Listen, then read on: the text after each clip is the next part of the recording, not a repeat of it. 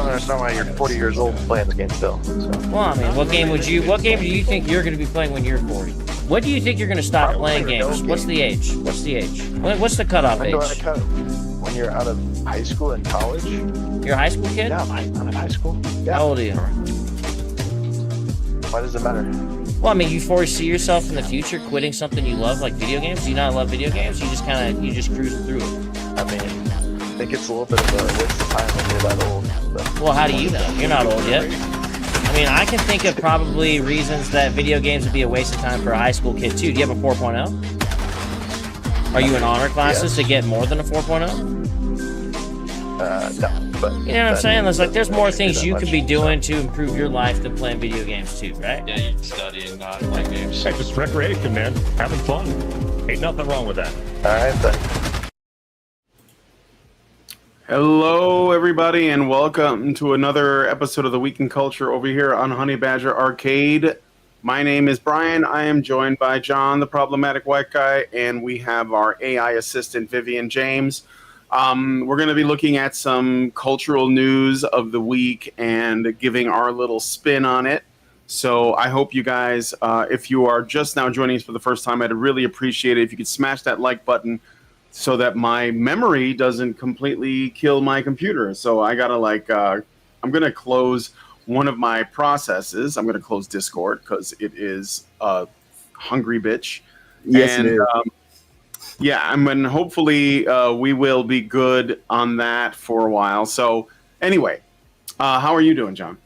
Oh, awesome as always. I just got moved over here from Will of the Fans that I do on Tuesdays prior to the start of this show.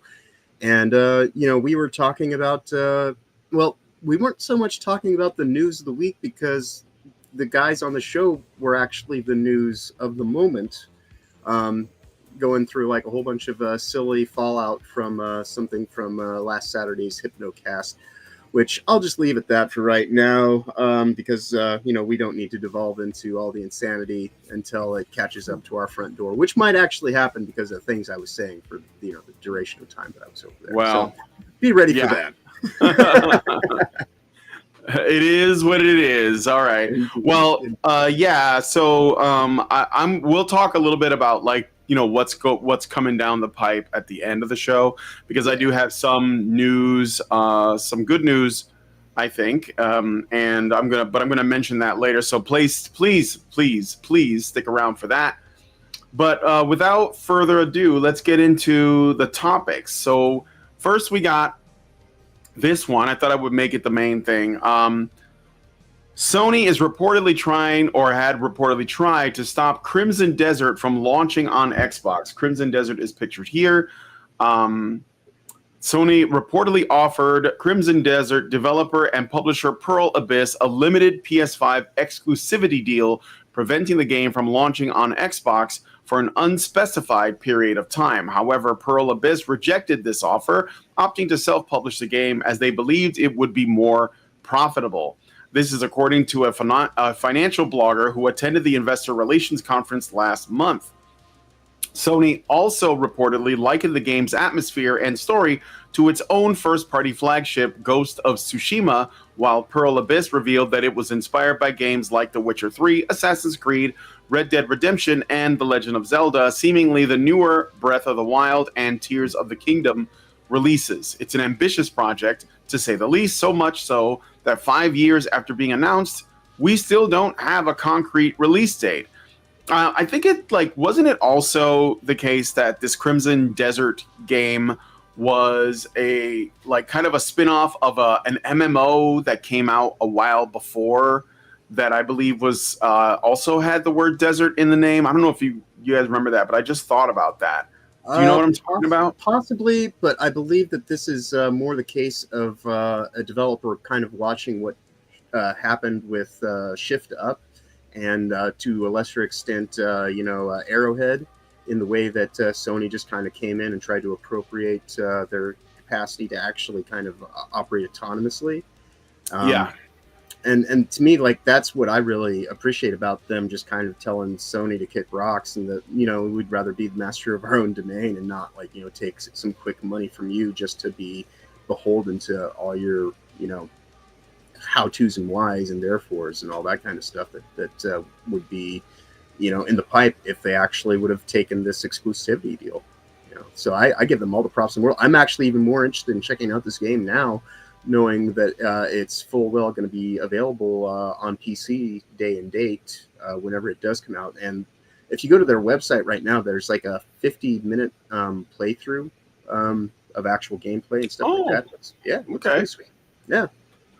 Well, I think that what we're seeing here is the shift in the way that games are released and how they are released, and the whole concept of exclusivity is kind of Black going... Desert Online, which I Black actually Desert. have. Yeah. Black I Desert. actually have that in my PlayStation library, so I'm gonna have to check into that. Yeah. I think it's like, well, it at least I have this. I think it's connected to it, but because I think it was going to be like a sequel to Black Desert or like a new version. Studio. It's the same studio, right? But then they like moved away from the MMO model and towards this different model, this more action adventure model. This is a single player game, to my understanding. Yes, that's actually just going to be big and expansive and just kind of like feature rich and like I mean, like I said, it looks pretty impressive from what I've checked into it and just my limited kind of understanding of what's going on. But looks really good. Yeah. So I was gonna say I think that what's happening here, like I was saying before, is that this is a sort of demonstrating a fundamental shift in the concept or the idea of exclusive game rights. This is a holdover from the console wars that goes all the way back to like Nintendo and Sega, where game consoles were sold based on what was on them. Now, when it got to the point where we were dealing with like Nintendo's GameCube or their N64 and the Sony PlayStation 1, the PlayStation 2, the Xbox One, or the original Xbox, not Xbox One, because that's the third Xbox. Well, anyway, the original Xbox. The whole thing for the consoles was who has the best games, and it was all about getting exclusivity. And I think that Microsoft and Sony are still playing those games, but as as more and more people are moving to alternative type platforms like PC gaming or Steam Decks or whatever it is, that game, that sort of game of checkers that Sony and Microsoft and Nintendo were playing, it just isn't really applicable anymore. Like Nintendo has basically accepted that it is a niche. It's kind of got its own brand, and it doesn't need to like be a part of the sort of rat race that that Sony and Microsoft are participating in, right? Because they're both trying to get the exclusives on each other. But it's like when we actually covered this already, like for even now, Sony and Microsoft are still doing this stuff. So Sony claimed exclusivity to, for example, Stellar Blade. That was like their game. Like, well, this is our game. You can't get it anywhere else. Well, now we are learning that Stellar Blade is coming to PC, which we talked about on a show a while back. So it just doesn't work anymore. Yeah, and that's the funny thing too, is like both Microsoft and Sony have undermined themselves, through their own version of, trying to set themselves up as network-based subscription models. Like they've effectively undermined the whole concept of having consoles to begin with, because of this whole idea of like, well, you don't actually own your games. We want you to like, constantly be connected online so that we can like, sit here and regiment like how you're playing and what you're playing. And if we want to go in and like, make edits to the content or this or that, like we reserve the right to have you be beholden to our systems. And by systems, I don't mean the actual consoles. I mean the systems of their network infrastructure. And so that in of itself has completely destroyed the whole concept of even having a console, unless you're a company like Nintendo that says, well, yeah, these are just our own properties, and the only way to get them is to like, be on our systems. So, trying to make these, second party studios that have to be beholden and lose their artistic integrity in a day and age where people are, like we spend, the last 20, 30 minutes of these shows highlighting, what's going on in the independent game sphere, because, authenticity is the currency of the moment and the future. And you're not going to get that through these corporate, structured systems that are about everything kind of like falling in line and being very samey, because they all have to adhere to corporate dictates and that sort of thing. So, I feel no loss for Sony in this. Like I said, this actually makes me more interested in checking this game out because it's not going to be beholden to these corporatized, network structures that would otherwise limit them and do day and date patches and all this kind of fuckery that like we saw happen to shift up for their game. And, and I did not purchase Stellar Blade for the PlayStation when it came out, but I definitely have it on my, my wish list for when it comes to Steam, because, it's waiting to see the mods they come up with. Exactly. Because that's the other reason too why nobody's really too concerned about sticking with consoles these days, because we all know that where these limitations end up coming into play that will keep a console game from ever actually being the fullness of its capability. Even if Steam wants to sit here and say you're only buying a user license and not actually buying the game, we still find ways to own these things in the PC realm and actually make them ours beyond the, what's generally there as, the thing that gets put out on, its release because of mods and the mod culture itself. Yeah. So anyway, well, the way I see it, like I said before, the whole idea of exclusives, I think that's going away, and Sony and Microsoft are still catching up to that concept. So, but it is what it is. I think, I think overall it'll be a good thing. Now, again, it goes back to what you were saying. Like, unless people are going to have actual physical ownership of the content, exclusivity is kind of meaningless. So we're just going to bring it to PC. I mean, God of War is coming to PC. Horizon is on PC. The Spider-Man games are on PC. So Sony kind of knows the writing's on the wall. And even with this last story, they were only doing like a timed exclusivity. Like they were just going to get it first. But I mean, that's also like, that's just going to have to go. Like, it's just not going to, it's not going to work. So, but anyway, let's move on to the next story. Let us know what you guys think about this one in the comments. So in related news about like trying to essentially get exclusivity or block releases or whatever it is, control what people have access to, the Kuwaiti government is blocking the release of Call of Duty Black Ops 6. Activision forced to cancel local pre-orders and offer refunds.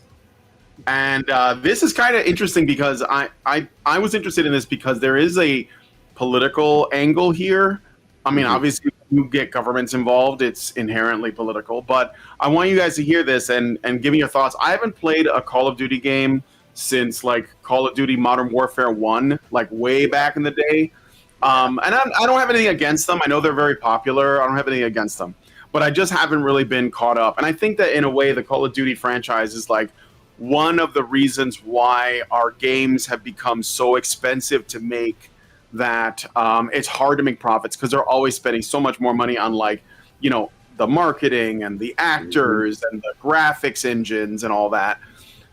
So, that's an aside, but that's kind of like my thoughts on the Call of Duty games as a franchise. But I mean, I think they have a place in the sort of, they certainly did everything they could to dilute their own property by making so many variants of the thing. Even that's Activision's whole thing. They saturate until they saturate the market until like nobody cares anymore. Yep. They do that. They did that to Guitar Hero.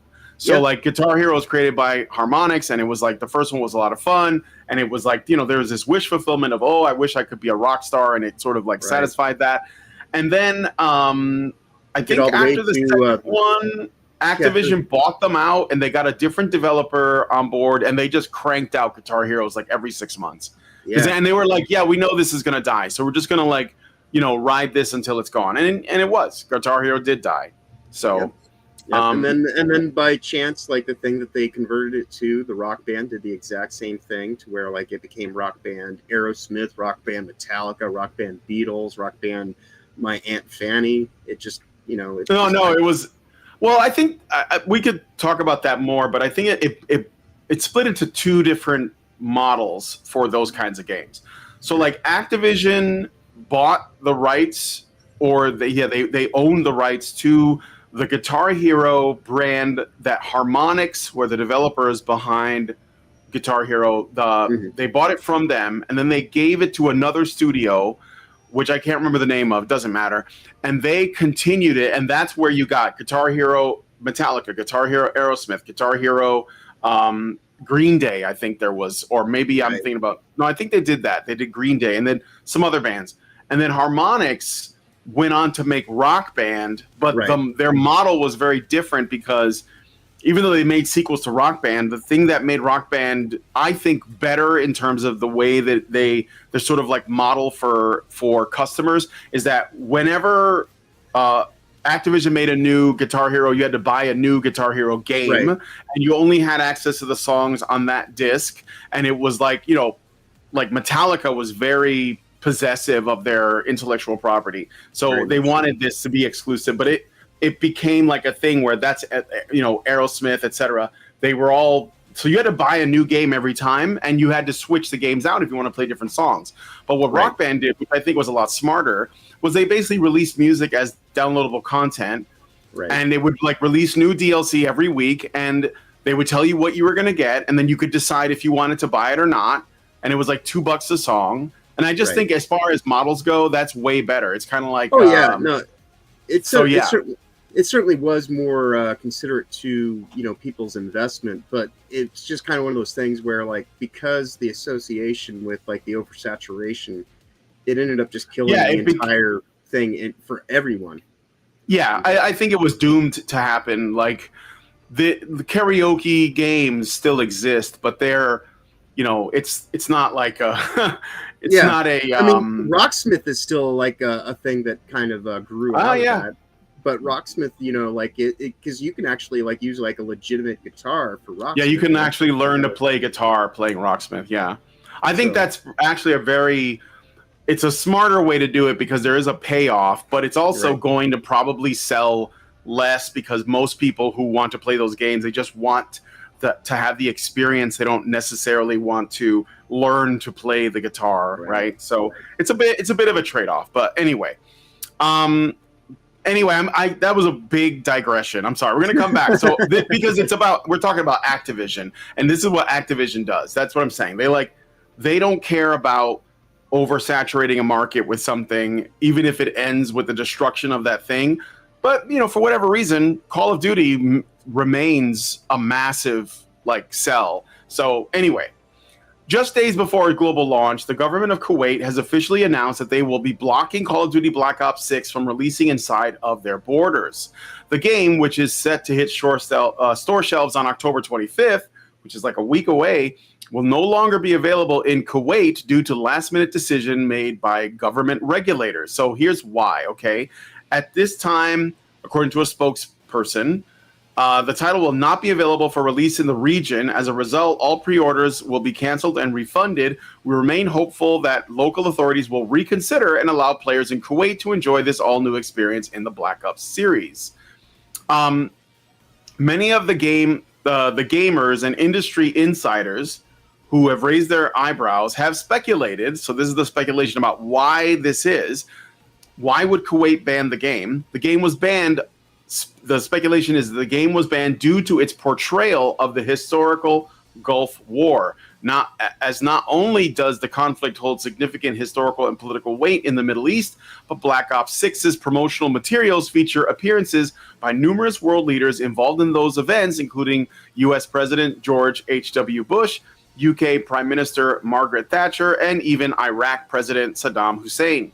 In addition to these historical cameos, the game is also set to recreate actual events from the war, including the initial invasion of Kuwait, as took place on August 12, 1990. Given the sensitive nature of the war in the country's history, it's plausible that the Kuwait government took issue with how the events were depicted in the game. So I thought this was an interesting story because it brings us back to, video games as propaganda. And I think that it would be fair to say that the Call of Duty games are propaganda in part. We know, for example, that they use these military shooters in the military to train people and stuff. And I've heard that some people say that they use these games to recruit as well. So I don't know if that's part of it, but what I would say is, this is my last thought on that, and I'll get your thoughts, John, if you like. Yeah. That it's interesting that you're the people who are taking issue with the sort of like political stuff in video games. This is aside from the people who deny that it exists, which is ridiculous because they just don't want to face the reality is that it does exist and it is a real thing that we have to contend with. But that this isn't only happening in the West. The Middle Eastern countries, like their governments, and maybe they have, nefarious reasons for blocking it. Maybe they don't like the presentation because maybe it's a little too close to home. Maybe they think that it's deceptive or misinformation. We all know that these like military conflicts or these issues, these global political issues are never simple. It's never like a black and white thing. So this is what they're probably concerned with is that this is an example of, sort of Western corporations, game developers making content about a conflict that according to the Kuwaiti government, they don't have any right to, or they fear like how this will be interpreted. So, I mean, I guess what I'm saying is that the response to this game from the Kuwaiti government is telling because it sort of speaks to this broader issue of propaganda in games. Yeah, no, I would say that, it's interesting because we're nearly 30 years out from when this conflict took place in the world. And it's just kind of interesting to see that this is where we're at as, I guess it speaks to the sensibilities of the world that we're living in. Whereas, say, 15, 20, 30 years ago, when these games were first coming out, I remember the first Medal of Honor, was, obviously tied to the events of the World Wars. And then there was games around the turn of the century that were about the conflicts in Vietnam and all this kind of stuff, and, as controversial as these wars have always, kind of been in terms of what they're speaking to, this is the first time I can really think of in a situation where an entire nation has outright just kind of said, well, we're going to ban it from existence because, war is hell. And there's a certain kind of sensibility that kind of goes along with that. Is it wise necessarily to go and have a game based on a conflict that, you're only able to play from one perspective? That's debatable. But, at the same time, I'm sure that people in the Middle East are just as capable of running VPN services as we are. So, it's like you ban the game, ultimately you're just kind of just trying to save face at a certain level. But the end user gamer, when it's all said and done with, they want these things. They're going to get these things, by any means necessary. And so if that means changing your geolocation on where your, console or whatever you're using thinks you're emanating from, much like we sit here and say, if you want to avoid all the woke bullshit, in a game like, say, Spider-Man 2, then go and say that you're playing the game from Baghdad, and you won't have to deal with all the, silly ass stuff in there that we find to be a little bit deplorable. So the reverse is true, so if there is somebody out there who's ultimately wanting to play this just because their government says no, doesn't mean that the market still won't allow for them to find it in one way, shape, or form or another. So, this seems like a lot of pomp and circumstance that ultimately is going to signify nothing other than a reduction in, mass sale possibilities. But, still, anybody who was going to want to get the game probably is still going to be able to get it when it's all said and done with. Yeah.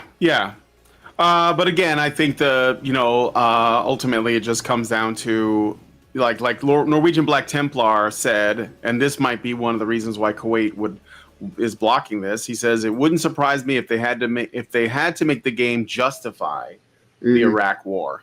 So, and yeah, I think that, well, obviously, again, you know, when you know the Pentagon is investing in this stuff, and the military industrial complex is putting money into it, by the way, your money, then yeah, they're not just propagandizing the people who play the game into like believing a narrative, because especially when you're dealing with historical stuff, it's extremely slippery, like to get into like some, you know, stupid like revisionist history stuff. Right. And so it's not just like Westerners, but it's also the representation of the Middle East. We, you know, the story of everything going on there, it's very old, and I think that it's awfully presumptuous. So yeah, I can understand the suspicion from the Kuwaiti government. So all right.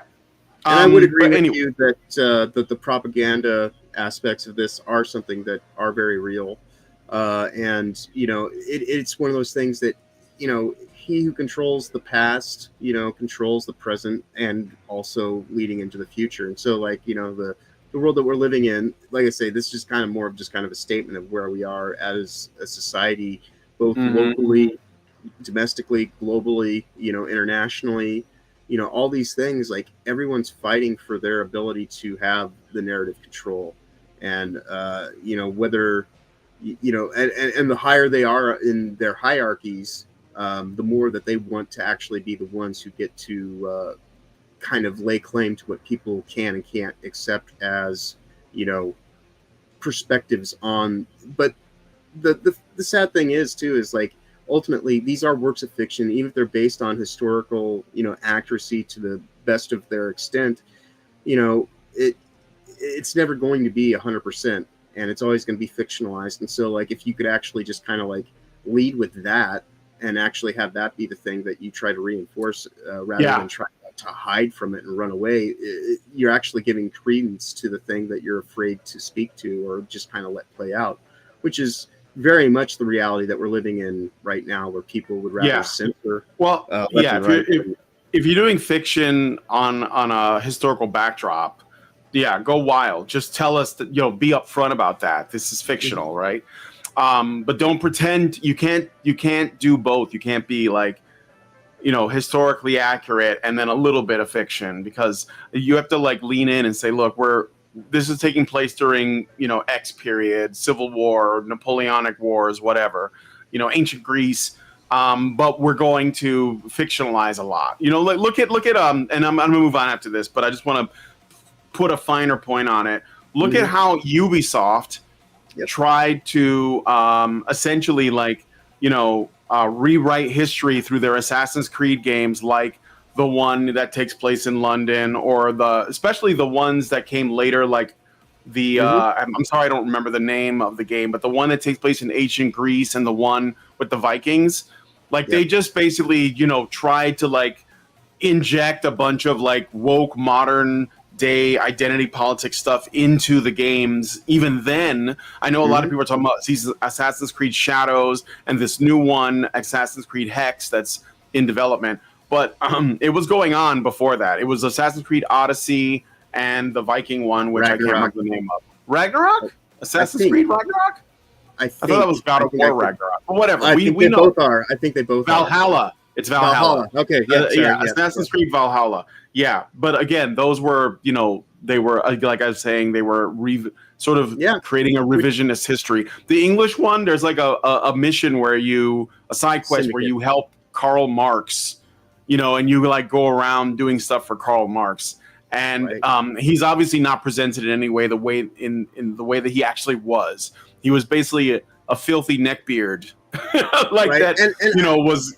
But anyway, go ahead. Yeah, well, to your point, what you're saying, like, I think that's why they are so bold now with what they do with Assassin's Creed Shadows and this Hex, is because they've gotten away with it by degrees, slower and slower.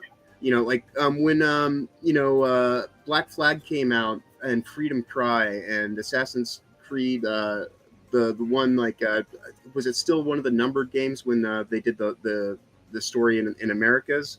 That was Assassin's Creed 3, where you were like the Native American guy. That was the third one. Black Flag came after that because for whatever reason the third one was a failure. Even though I was kind of looking forward to that because, well, anyway, I liked the first two games. Right. But in the first games, though, they were at least more open about the idea that they were trying to fictionalize aspects of history, but they were trying to be more contextually based in the history that they were fictionalizing. Whereas now, like they sit here and they try to say, no, we're being as historically accurate as possible when they've completely gone off the reservation in terms of like what it actually pertains to. And that's, the thing where it's like, I think, when we complain about what's going on with Shadows and ultimately what's going to be the case with Hex, is they're so far removed from the setting and the this and the that, but they're trying to proclaim it to be factually based. That it's kind of like, like if you're going to do fiction, do fiction. If you're going to do history, do history. And if you're going to do somewhere in between, then you at least have to be upfront about the idea that this is a fictional account of a historic period rather than, like trying to have your cake and eat it too. So it's definitely a sign of the times for where we are. Yeah, for sure. All right. Let us know what you guys think about this one in the comments. I know that like a lot of people who watch us are not Call of Duty people, but I thought that it was interesting. People, but yeah. I thought it was interesting. Yeah. So anyway, speaking of failures, so I want to make a point about this. So this is about Concord, and the headline reads, "I know Concord's dead." Okay, but people who were involved with the original production of the game are still kind of trying to figure out what happened, like they're just not able to like reckon with this.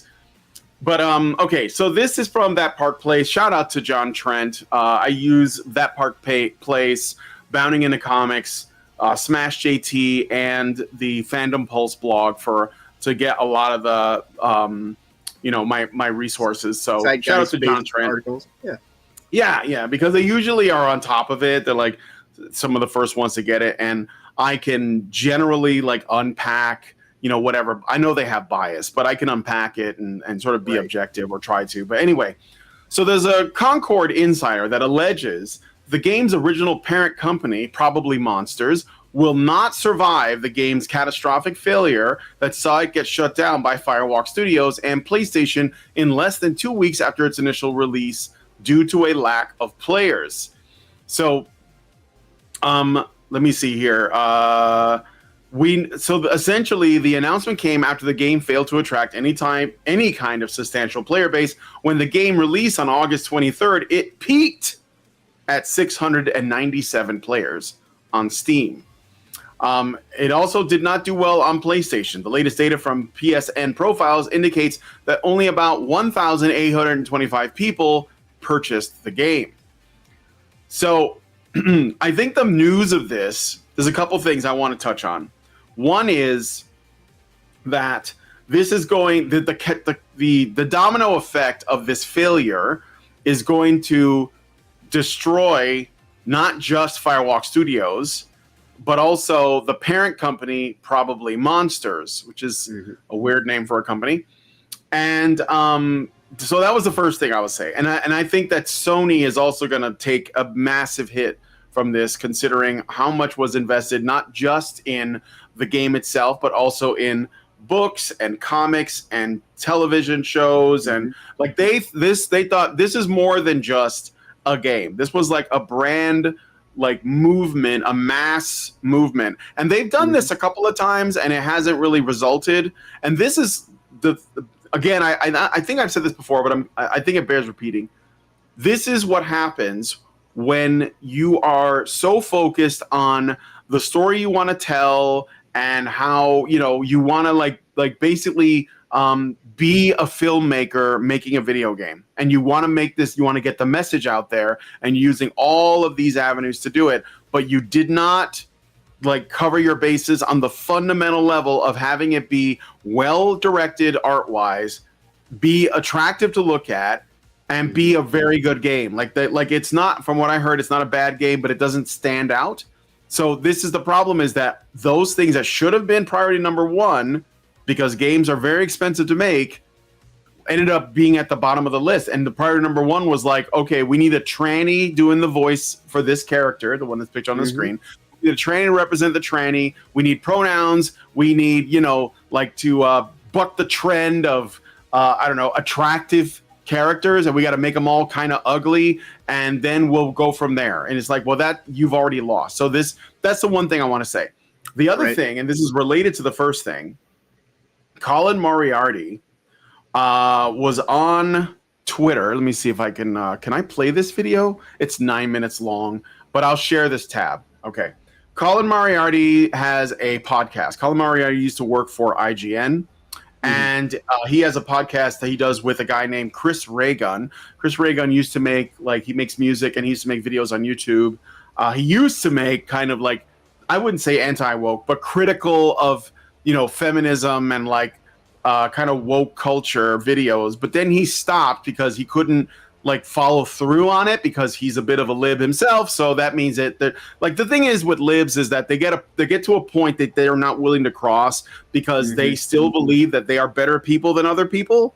And so like there's like this limit that this wall that they hit where it's like, well, I'm still a better person. I have to stop. So he pulled back, and maybe he couldn't handle it. I know that he's like got like terrible problems with anxiety. I met him once. I went to a convention in California in 2017. I met Chris Raygun there. But anyway, they do a show together. I don't watch it, but on here, Colin Moriarty talked about the problem in the sort of like, you know, the dev culture around this game, and he called it a culture of toxic positivity. And the toxic positivity was designed to essentially create an environment where you can't make any criticisms. Right. So, that certainly exists. Oh, absolutely. And so like this is why it failed. So not only did people put the wrong things up front and center, which is like pronouns and women of color and you know, body positivity or whatever it is they were going for, not only did they have the wrong approach there, but no one was allowed to criticize them. Right. Like no, like they all had to just support each other, you know, without unquestioningly. And this is what is ultimately what cost them. And the irony of this is like the last thing I'll say about this. The irony of this is that people like Colin Moriarty and Chris Raygun, they won't learn anything from this because they're still going to say that you know, the DEI sort of hiring and these Sweet Baby Inc. companies, they're still a good thing, even though they create the climate of toxic positivity. Right. So, and this is, yes, this is a big problem in what killed this game. So. Yeah, no, and in response to that, you know, like you've heard me say many times, you know, it's like you can't spell design without DEI, which was the formation of getting DEI into the game industry was through the narrative design kind of aspect of making games. And so, you know, I was reading an article about this last night, another thing on Twitter. Unfortunately, I didn't grab links to it because had I known we were going to talk about this, I would have. But it was about the development of Ratchet and Clank, and specifically the character Rivet. And the person who's behind that was some woke white woman who, you know, just made it a point to, like, you know, constantly try to make people uncomfortable. She was doing the Kim Bel-Air method of, you know, trying to, like, you know, just make sure that, like, you know, terrify them. Right. Yeah. So like the character originally was supposed to be kind of busty and like, you know, like have a feminine shape to it. And so like, you know, she went on her little crusade about how, you know, how important it was that, you know, women can be heroes and they don't have to even look like women, basically, you know, because like, you know, just because. And if you look at that Rivet character, it looks like a Karen, but, you know, in a anthropomorphized form of, you know, what is otherwise, you know, an animal. But, you know, like that game, to my understanding, is the last game that's come out in the Ratchet and Clank series because it didn't sell well, because, you know, it got to be so much about like the message and the this and the that, and it lost its way because it wasn't about the actual game mechanics and like advancing the story. It was about let's promote another girl boss kind of, you know, bullshit fuckery that gets into so many things, which is what happened with Concord here. You know, it's number one, like, you know, trying to do a live service model game is not an easy proposition already, because so many people have already bought into the properties that they're going to buy into, and you can't just, you know, like there are only so many gamers out there, and they can only be in one place at one time. So yeah, and things are so expensive now that once you actually start buying into certain things, you can't really buy into other things. You know, I mean, that's probably part of the reason why I spent, you know, the better part of a decade with Grand Theft Auto Online being my mainstay as the game that I would just kind of be like, oh, well, I'm going to play some GTA because I've invested time and energy and all this kind of whatnot into it, until it got to the point where now I just kind of like, why would I spend any more time with a game that is so chore based and so empty and lackluster, when, you know, the only kind of redeeming value behind it is spending time with my friends, and they've all given up on it too. So, you know, like something like this, you know, nobody's going to even buy into to begin with. And so this was Sony's biggest folly from the onset, was thinking that they could just, you know, create a market space for themselves that had already kind of been eroded away and shipped. You know, like, it's live service does not sell in 2024. And I will say that, you know, to anyone who of any degree in the game industry, whether they listen to me or not is a whole other story. But, you know, it's like, just look at your own sales charts, you know, and you can see it. People are done with this shit. They're, you know, like, it was one thing, like, you know, 20 years ago when we saw $5 for horse armor and people were up in arms about it, you know, and they kind of got away with normalizing a lot of this DLC insanity, you know, to the point that they tried getting away with, like, you know, season passes and this and that's and all this kind of stuff. But now here we are, where we just kind of like, we're all just so over and done with it that it's just easier to just go back to your game library that for all, like, you know, our backlogs that we built up, you know, through Steam and all this kind of stuff. You look at what people actually play and what people actually watch people play, you know, on Twitch or on YouTube these days, and it's not really the new stuff. And the only time people even, like, you know, will even dedicate anything to something new is if they're outright kind of doing it for the funsies, like, you know, Hypno playing through Dustborn or Awaken 9 or what the hell ever, and it's specifically for his griftcasts, you know, where people are paying him to kind of make him suffer and be tortured by going through this thing, so that we can all have a good laugh at it and be over and done with it and never have to, like, invest in it ourselves. So, you know, this is Sony's hubris at work, and for them to and for them to react in the way that they have, by trying to raise the prices on all their systems, take out, like, actual functionality from the consoles themselves, to the point that, like, you know, like, the disk drive is an add-in that doesn't even function as a disk drive, because you actually have to have your system plugged into the internet for it to, number one, be registered, but to even be used, it has to be able to be connected to the internet time and time again. So you can't even just buy a console now to, like, get your own games and just play them and not ever have it connected to the internet.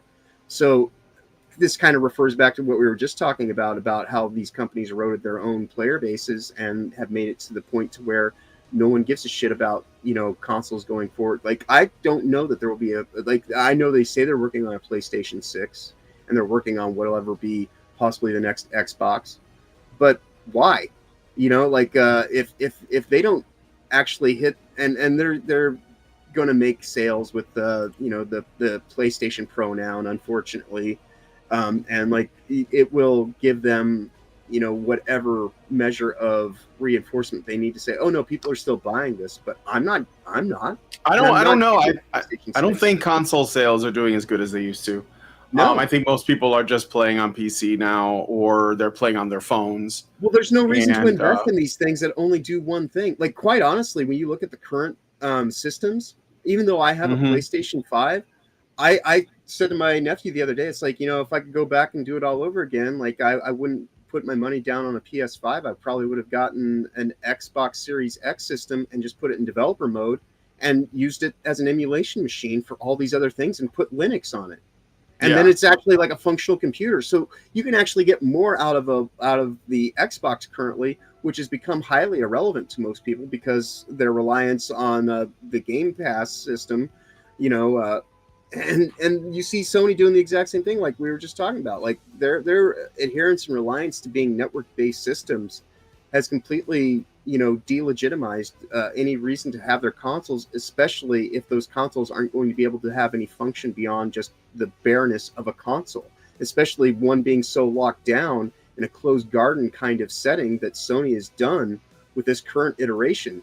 Like, you know, having it to where like you can't use, you know, like any open headphone broadcast system. You have to buy like their $200 headset with a dongle on it and all this stupid bullshit.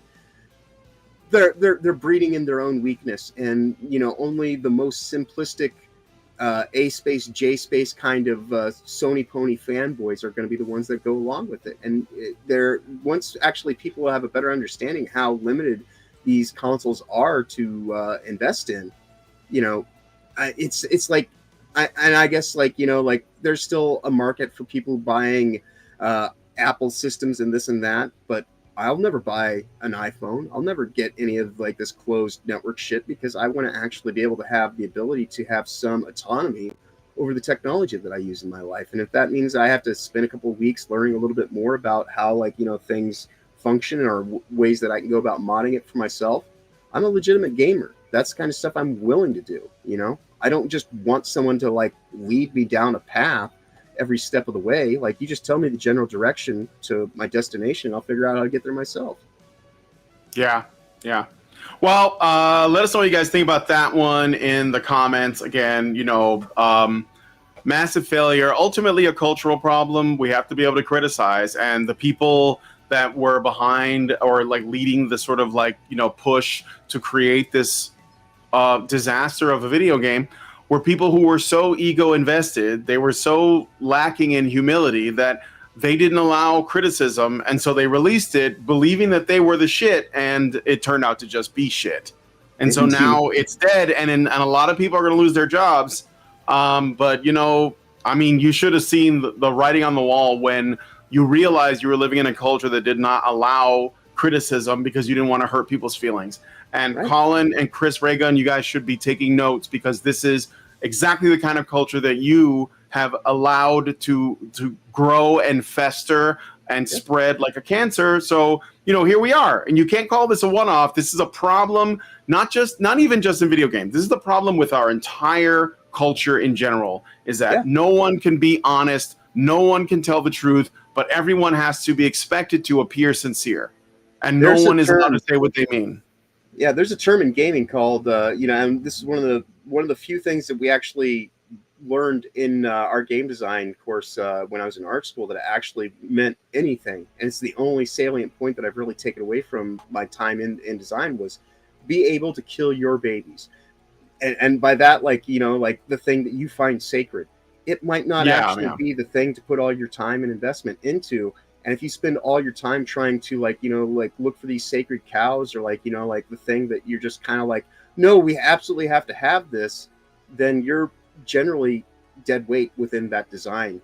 Because if you're going to like be that on about something, then you've kind of lost the focus of what any of this stuff is really about, which is storytelling and actually giving people, you know, like a point of immersion that is their point of immersion, not, you know, your zealot kind of religious kind of sermon center to try to like transfix someone and make them think like you and be like you and all this kind of stuff. That's not what games are. It's not what they should ever be, you know? Yeah, right. For sure. Okay, let's move on to the next story. This is a short one, but just pointing out, because like I think we're heading towards another massive disaster.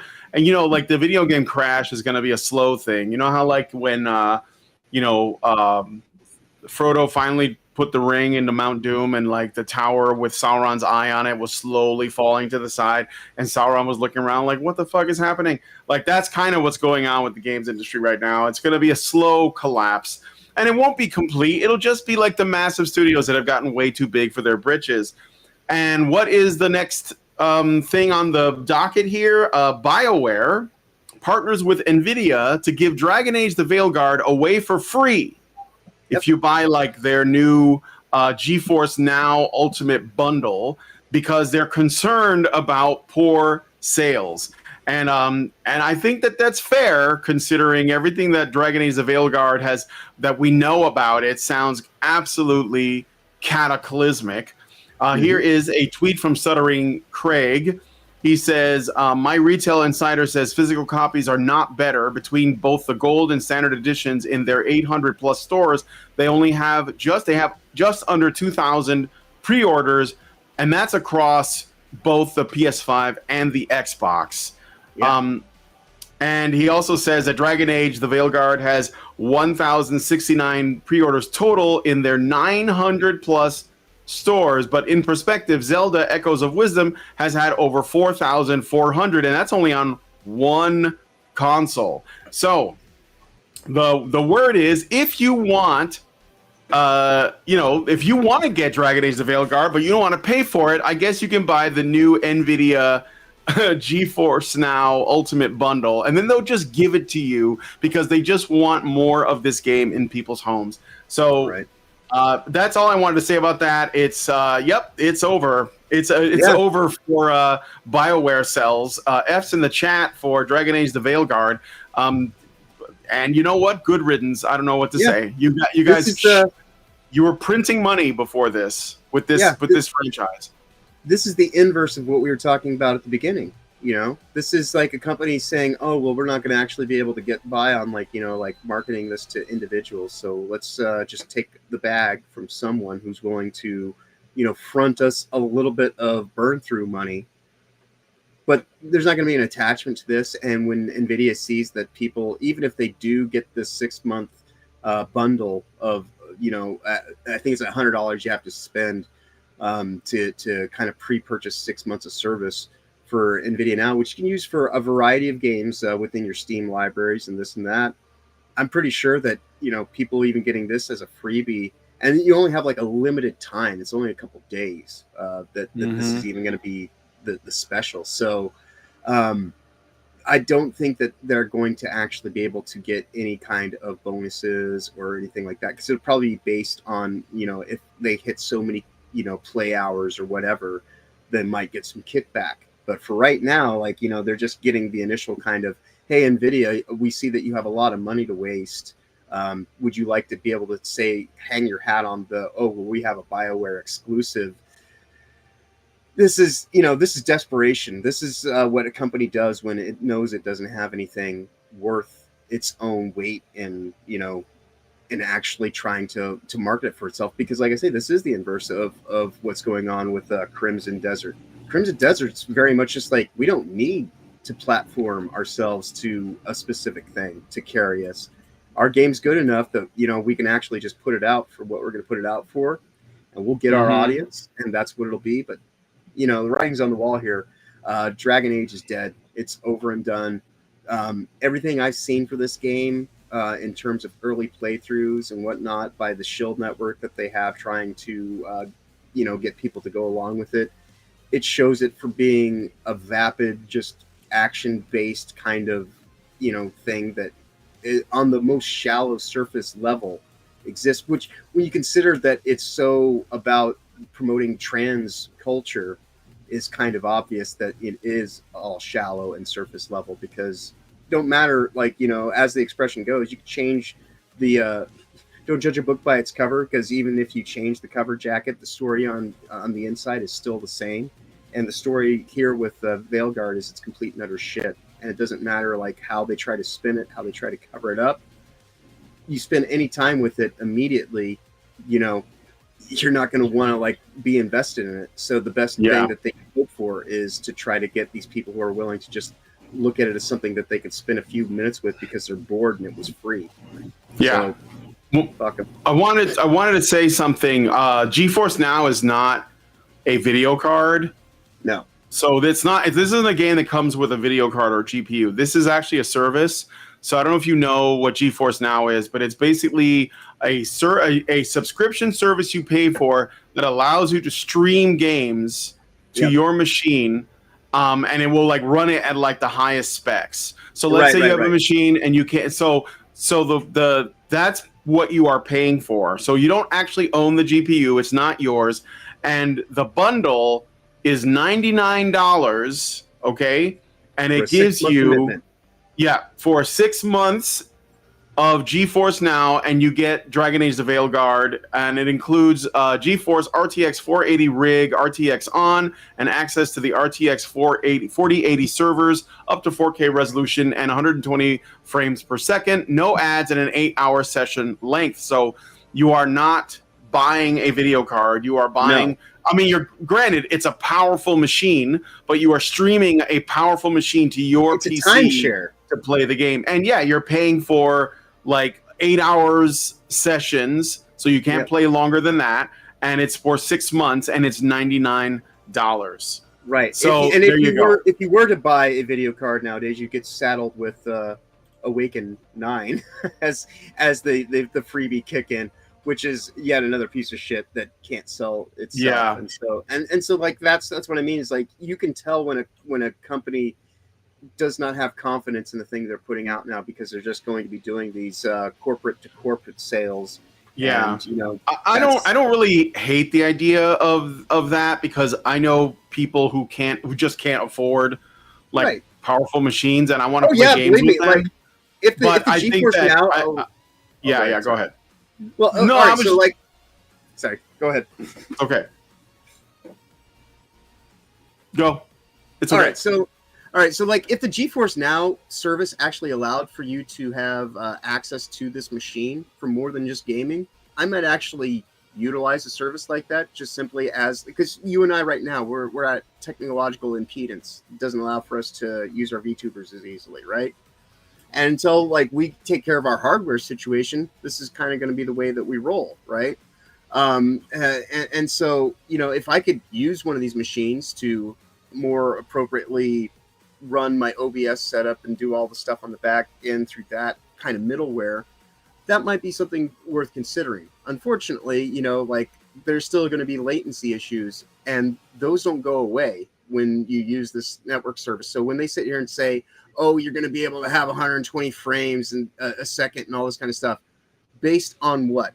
Based on like, you know, the initial core hardware? Sure. But when you factor in network latency and things like that, those are, you know, best of opportunity. Yeah, I'm not really sure how they would do that. I've never used the service before. I'd be curious to try it out to see, but like, yeah. I have used it back in its infancy when it was something that you could get for free initially when they were trying to get people, because, you know, much like a lot of these services, they start off next to nothing, and then slowly but surely they ratchet up the price over time. And my experience with it back then, you know, it was okay, but it you know, and I was living in Seattle at the time, so I actually had like really good quality broadband and everything like that. But, you know, the latency factors and like, you know, all the kind of stuff that happens and the bottlenecking, it's still a factor even today. So like, even if you're tapped into the most high-end system, you know, through the internet, there's still all this other network traffic and things like that are going to like have an effect on it. It's just like, you know, is Stadia still in existence? No. And why is that? Too much latency, you know? Yeah. Yeah. So this is the exact same kind of thing. It's a little bit more robust than that, but not by much. So. All right. Well, so yeah, I think this screams of desperation from BioWare, and I don't know. I don't think it's gonna. All I'll say is it's a bold strategy, Cotton. Let's see how it works out for them. Xeranx gave us a Rumble rant. Thank you, Xeranx, for $5. I'm gonna play a sound for you. Let's see. Maybe we'll do this one. Just like a woman. Thanks, Skeletor. And he says, I've never wanted to pay to borrow another person's hard drive more in my life. Give me Dragon Age. Laugh emoji, laugh emoji. All right, but anyway, let me know what you guys think about this one in the comments. We're going to move on to the next story. We got one more dark one, and then we're going to have a couple of lighter ones. So this one I think is way darker than I think people give credit. So we're going to share this tab instead, just so I have an image on the screen for you guys to look at. All right. So Disney's Dana Walden drops in likelihood to become next CEO dramatically after new announcement. So there's this woman named Dana Walden who works at Disney, and she was actually lined up. She's on the right there. The one on the left is obviously Jacqueline Kamala Harris. So, you know. We did it, Joe.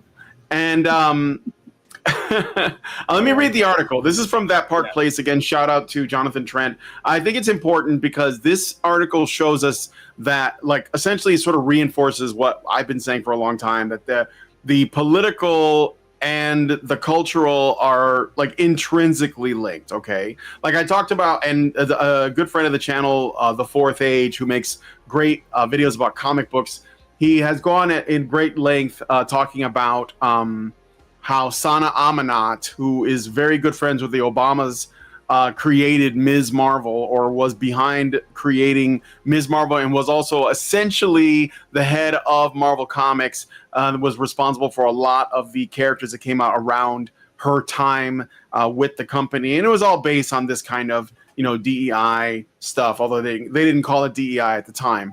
So anyway, and of course now Disney owns Marvel, so you can kind of see how this is all connected. When the ABC News presidential debate happened, this was the one with Kamala Harris and Donald Trump, the squawking heads of the Hollywood intelligentsia were all convinced that Dana Walden had shored up her chances of taking the next CEO role once Disney's head honcho Bob Iger rides off into the sun. So the plan was, okay, Walden, who is next in line to be CEO at Disney, or at least was being deeply considered for the role of CEO at Disney, who owns, you know, Hulu and ABC, and like it's a gigantic umbrella with a lot of cultural clout, obviously, a tremendous amount of power. She is very, very close to Vice President Kamala Harris, even to the point of having introduced Harris to her husband. And though Walden was not brought up through Disney's ranks, as would typically be preferred, having a former Fox exec who is besties with the forthcoming president was a carrot other Disney execs simply could not match. So a whistleblower at ABC claimed that she was next in line, and Disney confirmed many of these allegations, including that the moderators prepared to fact-check the candidates in order to prevent another CNN fiasco. Some industry analysts even went so far as to say the quiet part out loud. This is from The Wrap, quote, "But it is not Walden's only win of late. In the wake of the successful ABC News debate last week between Donald Trump and Kamala Harris, with moderators David Muir and Lindsay Davis winning widespread praise for handling Trump's lies, i.e. debating with him as well. If you guys watched it, it was essentially 3-on-1. And a massive 67 million Americans tuning in. Suffice it to say that Walden is on a roll," end quote. Putting Disney so squarely in the middle of politics was always a major gamble, but for Bob Iger, it was a gamble worth taking. And should it have been obvious at this point that Harris would win as a result, Dana Walden would likely be getting ready for her coronation. Now, however, the crown is looking farther away than ever. So they already had a plan in place that Kamala Harris would win, and then they would put this woman in charge, and I guess they would work together on something. But that doesn't look like it's going to happen now because they're not certain about the outcome. Like, essentially, the outcome of the election is kind of up in the air from the perspective of these folks over at Disney. James Gorman is a major player in the banking industry, the chief executive of Morgan Stanley. He surely has plenty to do rather than be at the head of another company, yet that's exactly what he's taking on starting in January of 2025. already tasked with heading up the committee and selecting the heir of Bob Iger 2.0. It was surmised a cakewalk until the last few weeks. Gorman would oversee Walden's transition. Harris would win, according to the polls, and Walden would be brought in either late 2024 or 2025 for a transactional period in which Iger could take all the accolades and Disney could bask in the leadership of a new female CEO, probably the first ever female CEO of whatever, because it's always history when women do it. Oh, sorry, herstory when women do it. Get it right. Yeah. Meanwhile, Gorman and other institutionalists, and by the way, we're talking Disney, the White House, and banks. Yeah. It's always the way, isn't it? Meanwhile, Gorman and other institutionalists would make sure the company stayed on the right track and hopefully north of $100 per share, half of what it was under the very temporary Bob Chapek, who decided to try to extricate Disney from politics. A big no-no. But Walden is struggling mightily. Disney Plus isn't very often on the Nielsen charts outside of Bluey. Hulu, with a price tag north of $30 billion, does not get on the charts for acquired properties, but acquired often do not pay the bills like original content. I think the only thing good on Hulu was Shogun, which was really good, and it was really a shame that it was on Hulu. And unfortunately for Walden, ABC and ABC News aren't doing great either. They got the worst ratings, terrible ratings, the worst ratings. I've seen them; they're bad. All of those are her babies. That what Walden did bring to the table was her relationship with Kamala Harris. But if Harris doesn't become president-elect in November, Walden is actually detrimental to the company as its lead. Instead of having an inside track with the most powerful woman on the planet, Walden would be seen as anathema to the future Trump administration. Disney would be utterly on the outs with the executive branch.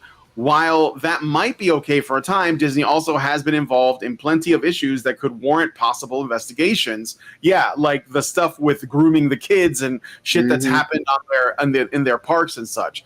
So adding Walden to that list of reasons for the U.S. government to look their way would not be the wisest of decisions. Yeah. This is woke white woman culture looking out for itself. Like that's like woke white woman culture. Yeah. Yeah, like that's the whole impetus to platforming Kamala into position, and like everything that they've been doing is all about like the reinforcement of woke white women culture, and that's why it's ultimately going to fail, is because like the one thing that we've learned over the course of the last 30 years of all this PC fuckery leading to where we are here today is that women are not only just as capable of fucking up as bad as men are, but more often than not, are actually worse at it, and more better at it. Doing it. Well, yeah, depending on how you want to how you want to phrase it. Yeah, like they are more likely to fuck up a thing that would otherwise be a sure thing. That brings us back to the previous thing where I talked about toxic positivity. That's literally the reason why women are set up to fail, because we're not allowed to hold them to any standards, so they just do whatever, and then everybody pretends like everything's okay, and then she can just pass the buck. So women in leadership is made nearly impossible because of the toxic positivity. Women in leadership is almost a misnomer. There are women in positions of power, but they generally shirk responsibility. They don't take the losses. It's always somebody else who has to be called in to take that. Any kind of disdain or whatever may befall them. It's like, well, no, that's what my yes people are for, and so that I can actually have a sacrificial lamb that can somehow make it look like I'm not the one who has to be holding the bag, and that is to women's own detriment. And this is the reason why feminism doesn't work, is because they don't actually try to actually elevate themselves in a way that is substantial. For as much as they want to sit here and say, well, it's time that a woman, had an opportunity. It's like, well, then, yeah, those opportunities to fail have to be part of that. And if you're only there to rise and shine and be stunning and brave and be lauded and cheered upon for all that you do, but never actually be held to account for anything that you lack, and you don't actually learn from your losses or anything like that, women are far worse in positions of power than, it's kind of like the difference between the devil that you know and the devil you don't know. For as much as men may fail left and right throughout time and history, which we do, a lot of us actually learn more from our losses and rebound from it and come back stronger and actually know how to actually deal with, people trying to hold you to task or criticize you or just kind of chuck whatever spear they can your way to land some kind of glancing, fatal blow or at least a mortal wound. But women, they're treated with kids' gloves. And they're afraid to actually get in the dirt and actually fight for themselves or actually have the capacity to be accountable for their failings or anything like that. And so that is why women in power, women in positions of power, will never be leaders. They won't be. And that's the biggest failing of the Kamala Harris, fuckery that's going on right now. People don't go along with it when they actually have reality-based kind of ideals and thoughts in their head, because you can just kind of see it for the confetti Tinker Tape parade bullshit that it is, where it's all just surface value and nothing actually has any substance behind it. This is all just trying to get people to concede to an ideal and go along with ideological nothingness. And we're living in a time where that is coming to an end because people are done putting up with the toxic positivity. And I don't care how you feel about me. You can outright hate me for the things I say because I'm willing to actually speak truth. By all means, bring it on. I don't mind it. In fact, I encourage it. Hate away. Chuck your spears. I don't give two shits. I'll catch them and I'll throw them right back at you. But anyway, I digress. Yeah, a little bit. Well, yeah, anyway, so that's the... this is the problem that Disney is now facing. They have done something that they thought was certainly putting them on the moral high ground. They stepped into the political arena. They assumed that customers, they're essentially their base, the people who prop them up, who support them, who financially invest in them. They presumed that they were naive or stupid and they would just follow their lead. And now they are, seeing the writing on the wall. They're living in a bubble. Trump might win the election. I don't want to say will. I want to say might, and I hope, right. Because I don't see another option. He either wins or things get worse. That's right. Just the reality. So, but they just don't see that. They don't understand what working class people, regular people are dealing with, and they're going to pay the price because now that they've stepped into this arena of political, fuckery, they can't really just step out and pretend like they never were a part of it. And the worst part, this is the worst part. You know what's going to happen? If that woman gets passed over because Trump wins, not only do they lose on the front that they don't get their person into the Oval Office, but that woman could turn around and attack her own company because she got passed over. She could tell them, the Disney company is extremely misogynistic and sexist, and they didn't give me the position of CEO, and I should have gotten it. I said CEO, which is probably appropriate, and I should have gotten it, right? And I'm going to make them pay, and that's because you have already created the conditions for this kind of resentment. Mm-hmm. When you stepped into this, global homo, gay race, communist, Marxist resentment politics, and so now you're going to reap what you sow. So yep. That's it. And it's going to be great watching the woke eat themselves because they're always so willing to do it too. Yeah, because it's never good enough, and their activism will for sure kind of encounter each other, and that's what I was sitting here in the previous show that I was on today was talking about how even though I may be at odds with people on certain issues and this and that, I can actually at least kind of take into account the wider aspects of the culture war that we're a part of. And I usually try to keep any kind of personal what the hell ever's in a DM thread or what have you, to just kind of work through the issue to the best of our my ability in that point in time. And sometimes things get resolved, other times they don't necessarily get to the point that I would necessarily want them to be. But do people really know anything more beyond that other than me just saying that, yeah, this is a factor of life, and sometimes you don't agree with everybody 100% because you shouldn't, and just because I don't agree with you 100% doesn't mean that I'm going to throw you under the bus at every opportunity. You know, oftentimes more than not, I look to those people as like, you know, who I can talk to about this and actually get a good read on whether I'm like, you know, talking like something that's like, you know, like this whole thing about be willing to kill your babies. Sometimes you actually have to take the people that are like, don't worry, you don't have to kill your baby, I'll kill it for you. And like they'll point out like, you know, the flaws in your logic and like actually give you a better understanding so that you don't have the big fail. You just have like, you know, a minor disagreement and you kind of like figure it out and like, you know, make the thing better. But that's like, you know, not part of toxic positivity. That's actually, you know, working shit out with people that are willing to actually be open and honest with you and give you direct criticism. And direct criticism may hurt for a moment, but it's better than like, you know, the alternative, which is to like, you know, completely have like, you know, billions of dollars of failures, like in the instance of, you know, what we were just talking about with Sony and Concord. So do you really want to like, you know, like go down this primrose path of like everything is all perfect and nice, only to find out that the place that you think is your ultimate destination is a place that you're moving even further away from ever getting to?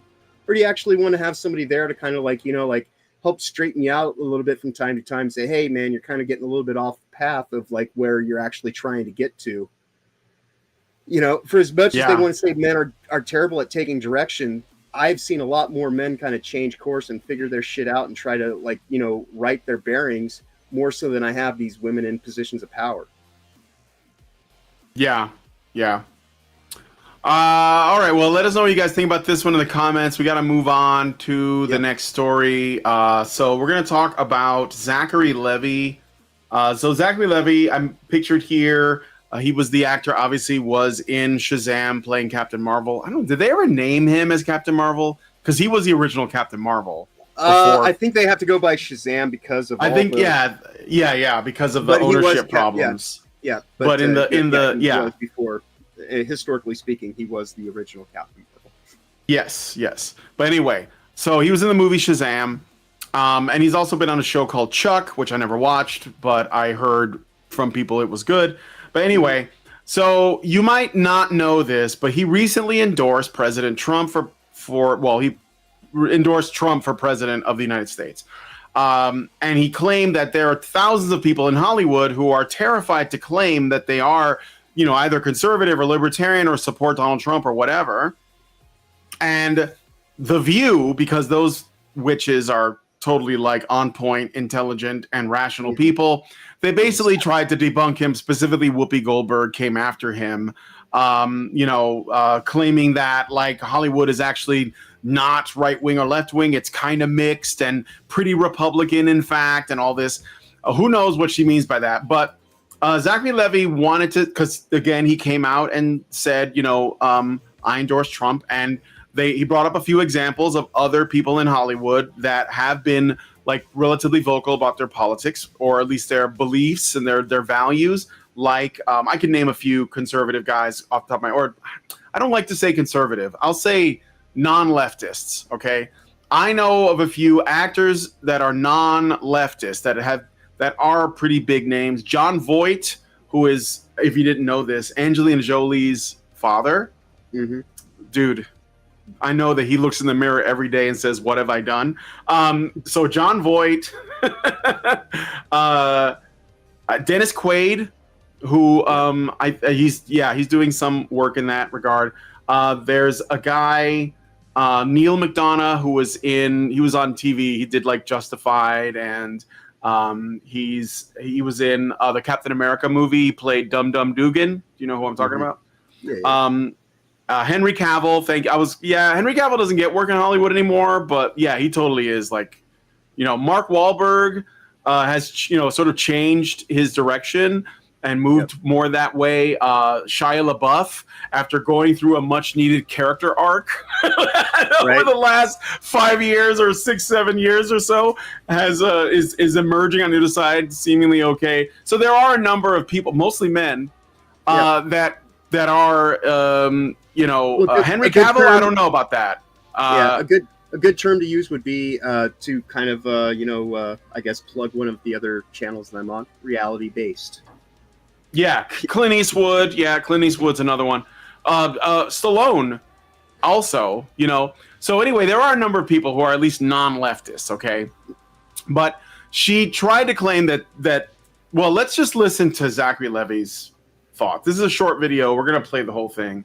I'm just gonna share the tab, and this was on Twitter, but it was from an Instagram live. So this is Zachary Levy sort of responding to Whoopi Goldberg and the Views claims. Oh, and by the way, to Whoopi Goldberg and to Sony and to all of the folks at the View.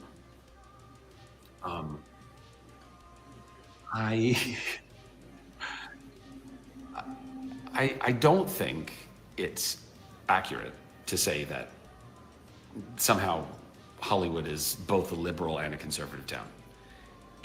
To Whoopi's point, back in the day, there might have been a bit more of a balance, and there have always been more, let's say, conservative-leaning stars that have been able to say those things.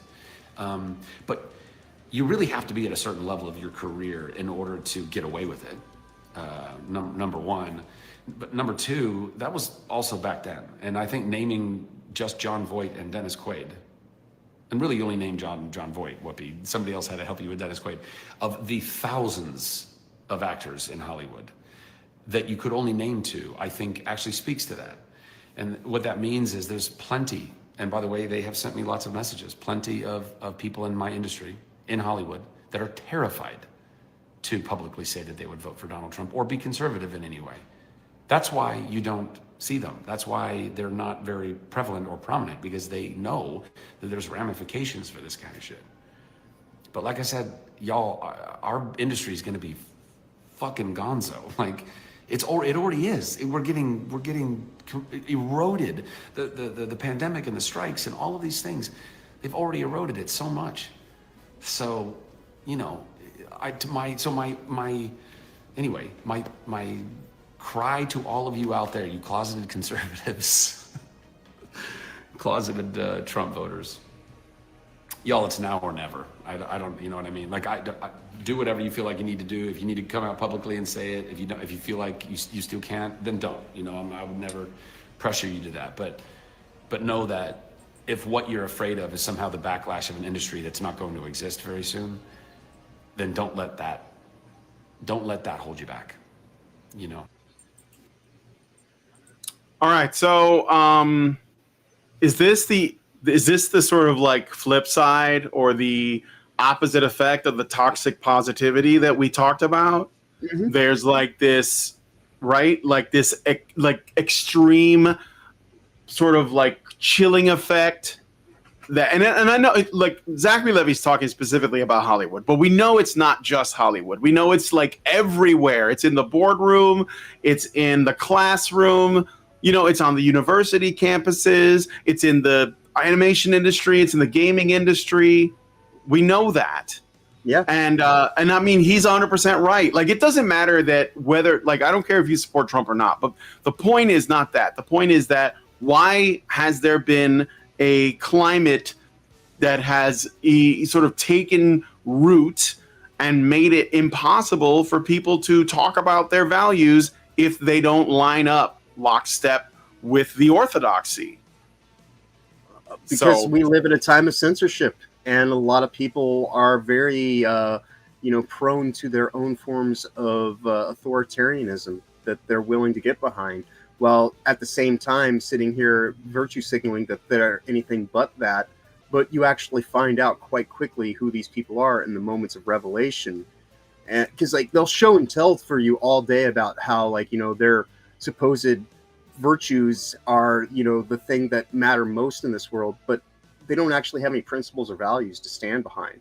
Whereas people such as yourself, myself, these people that are fighting back against this woke toxic positivity mindset, the whole thing that I spent the last show that I was on this morning talking about was the events of this weekend of people like freaking out over the term spear chucker, and in doing so, becoming spear chuckers themselves from the safety of their keyboards, trying to sit here and say, oh, you're racist, oh, you're bigoted, oh, you're this, you're that, and because of that, you should be canceled and utterly destroyed. And it's like, all right, so number one, you evidently don't even understand the purpose of context and being able to, take a joke and laugh about it. And number two, you're actually the very thing that you're sitting here trying to project that you're not.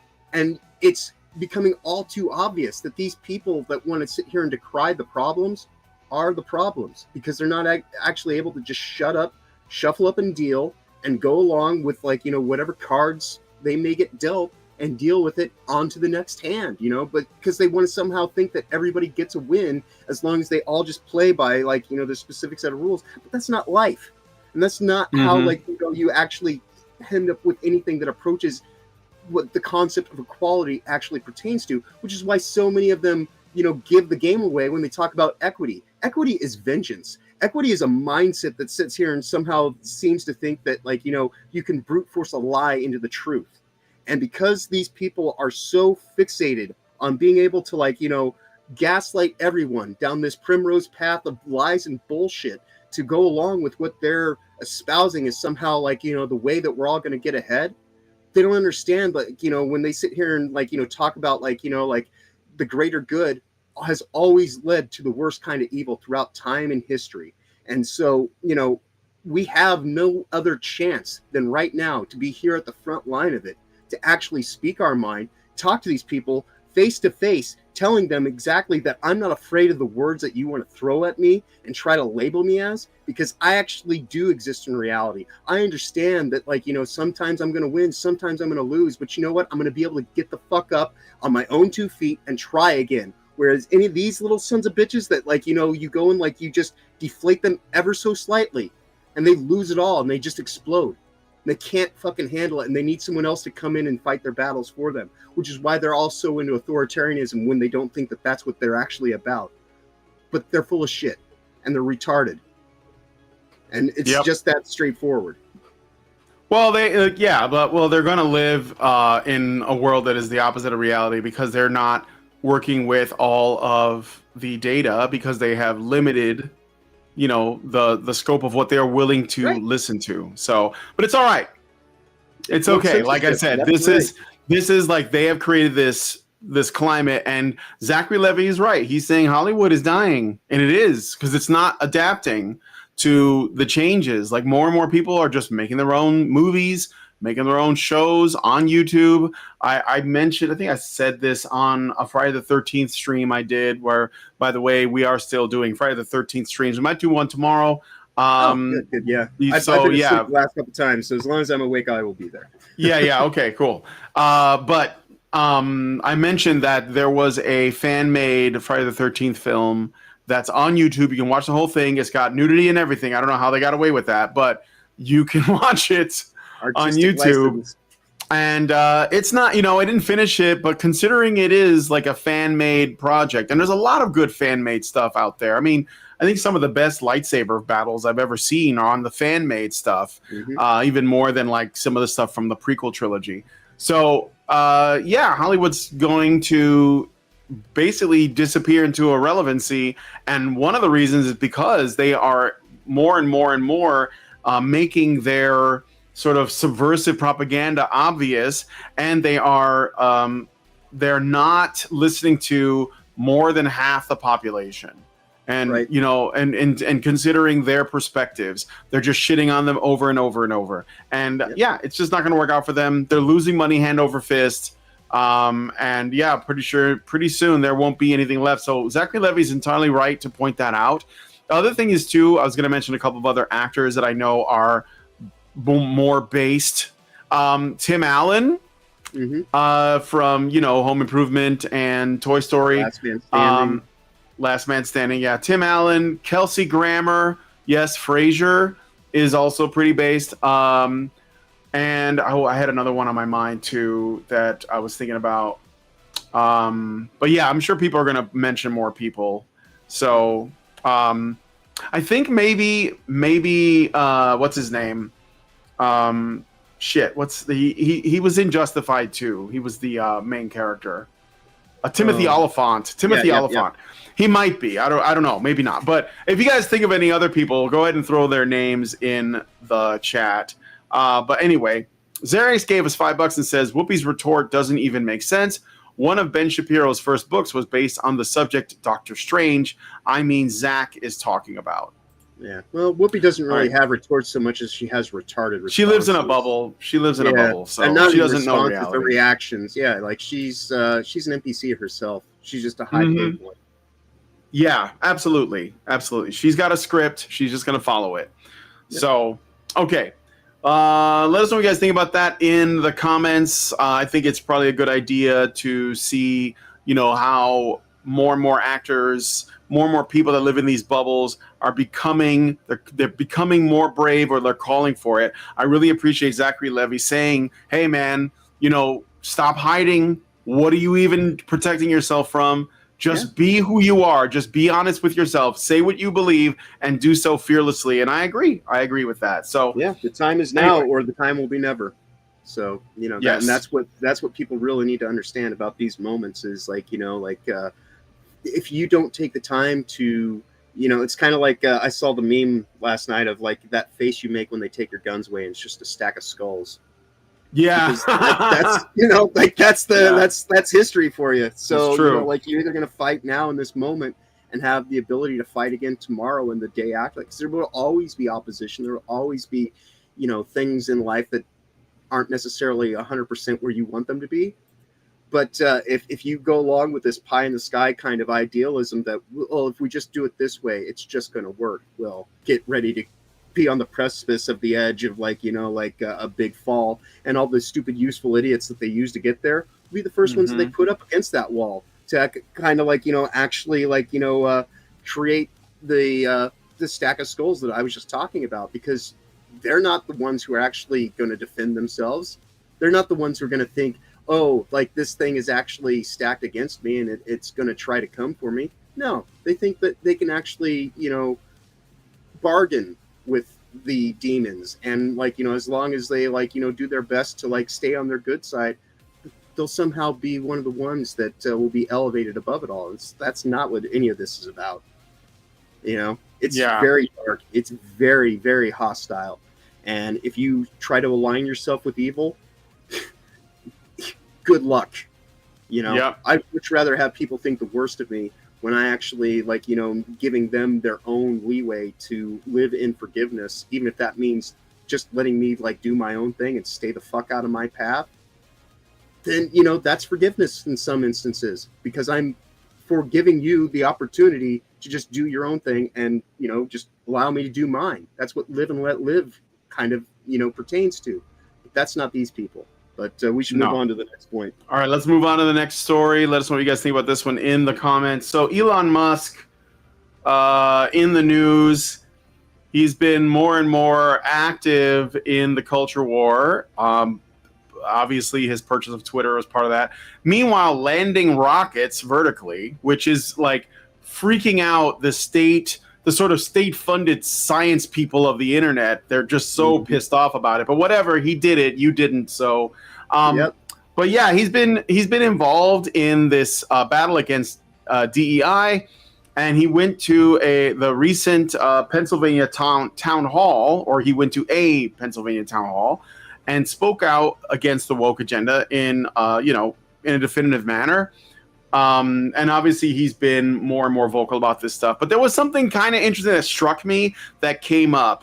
So we already know that Elon Musk has been talking to Trump about possibly entering his sort of circle to clean up the government, the federal government, in the same way that he cleaned up Twitter, which is that, that is so amazing to think about. How many people, how much of this bloat is going to be cut loose potentially if it all goes to plan and he's able to do it. But I think it's a really promising thing, and at the very least people recognize that what is wrong with the government is the government.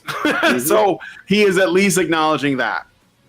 But also he has been asked about the woke mind virus in the gaming industry. And Elon interrupted him nearly immediately, saying, "Make video games great again."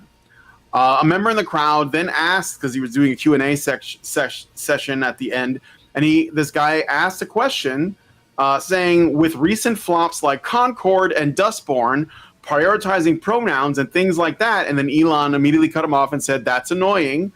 The gamer continued, I was wondering, have you ever thought about making your own game studio and making an impact on the industry? Elon Musk had a thoughtful reply. You know, if there was one thing that would be a fun thing to do, it would be to start a gaming studio. I do actually intrinsically love video games, which I have covered on this channel before, where he did an interview with Lex Friedman and talked about how much he enjoyed Diablo 4 and Elden Ring and how he uses video games to enter what he calls a flow state. Yep. And I think there is a Zen thing with Elden Ring where, you know, because despite it being like a game that people consider really challenging, there's a lot of moments where you're just kind of exploring and taking in the environments, right? Mm-hmm. I don't even think you can do that in Diablo because of the perspective. It's very limited. But I would put Death Stranding on those same kind of Death Stranding, lines as well. it's the same kind of thing.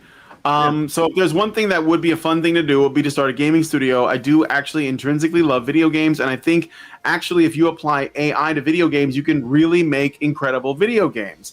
I think generally for content, the problem with DEI and the woke mind virus is that it kills the art. As soon as you can see something that is forcibly imposed on the story and is discordant, it destroys the art. It's hard to enjoy the story. It kicks you out of the story because you can just feel that you are being lectured.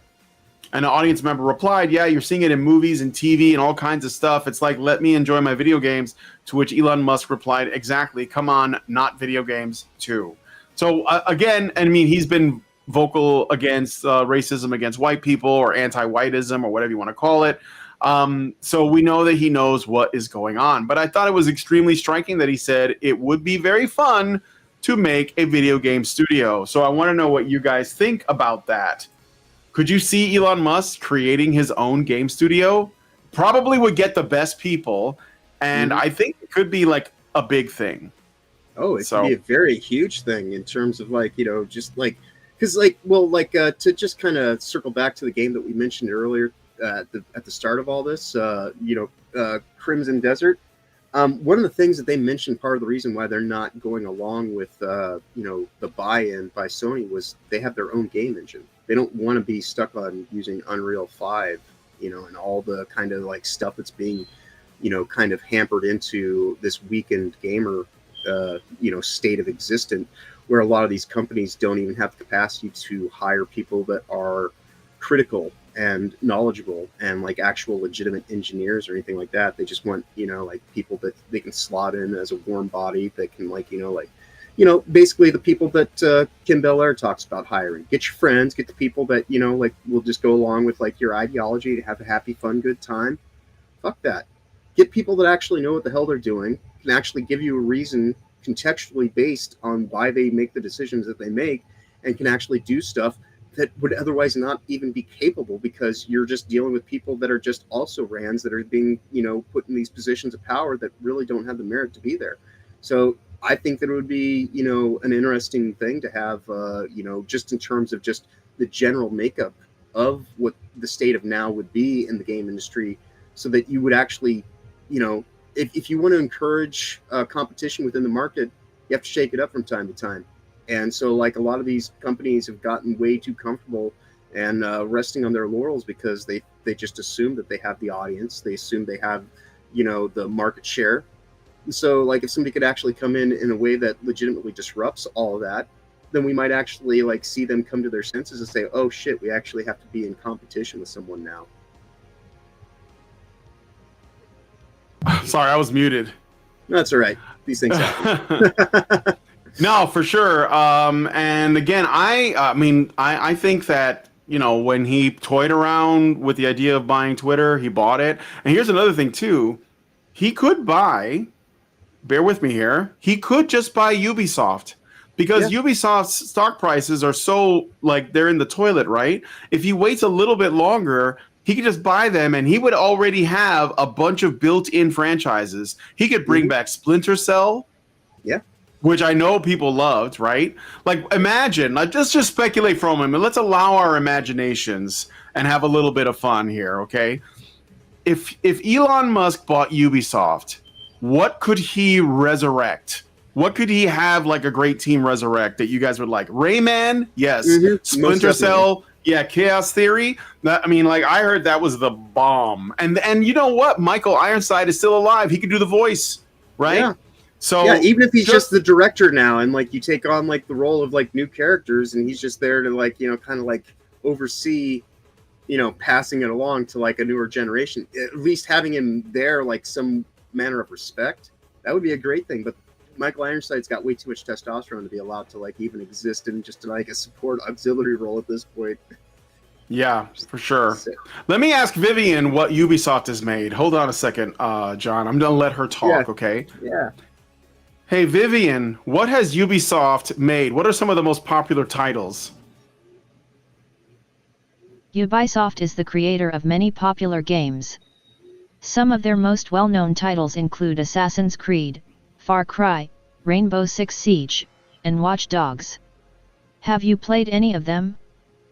All right, thanks, Vivian. So yeah, she also mentioned Rainbow Six Siege. And what was that? Was I never played that one. I remember this really cool Navy SEALs game that was on like I don't remember one of the PlayStation consoles, and you actually got a headset and you can give orders to the guys in your team. Do you remember that, dude? That was Full Spectrum Warrior. Was it? No. I think it was. I think it was actually called Navy SEALs, or it was like it had SEALs in the title, but I could be wrong. It was like a squad. It was a squad-based shooter, and you could like give commands to other guys in your squad, but you also had to play like a third-person shooter. Do you guys remember that? Anyway, well, that sounds a lot like Full Spectrum Warrior. They might have done it with other titles, but I'm pretty sure that that was definitely because I mean that was one of the things about Full Spectrum Warrior was that it was all about the SOCOM. That's it. Yes. SOCOM, U.S. Navy SEALs. That's the one I was thinking about. Marin says Prince of Persia. Yeah, that's a good one. Prince of Persia. There was a recent remake or something. It was like a 2D one, but a new Prince of Persia would be good.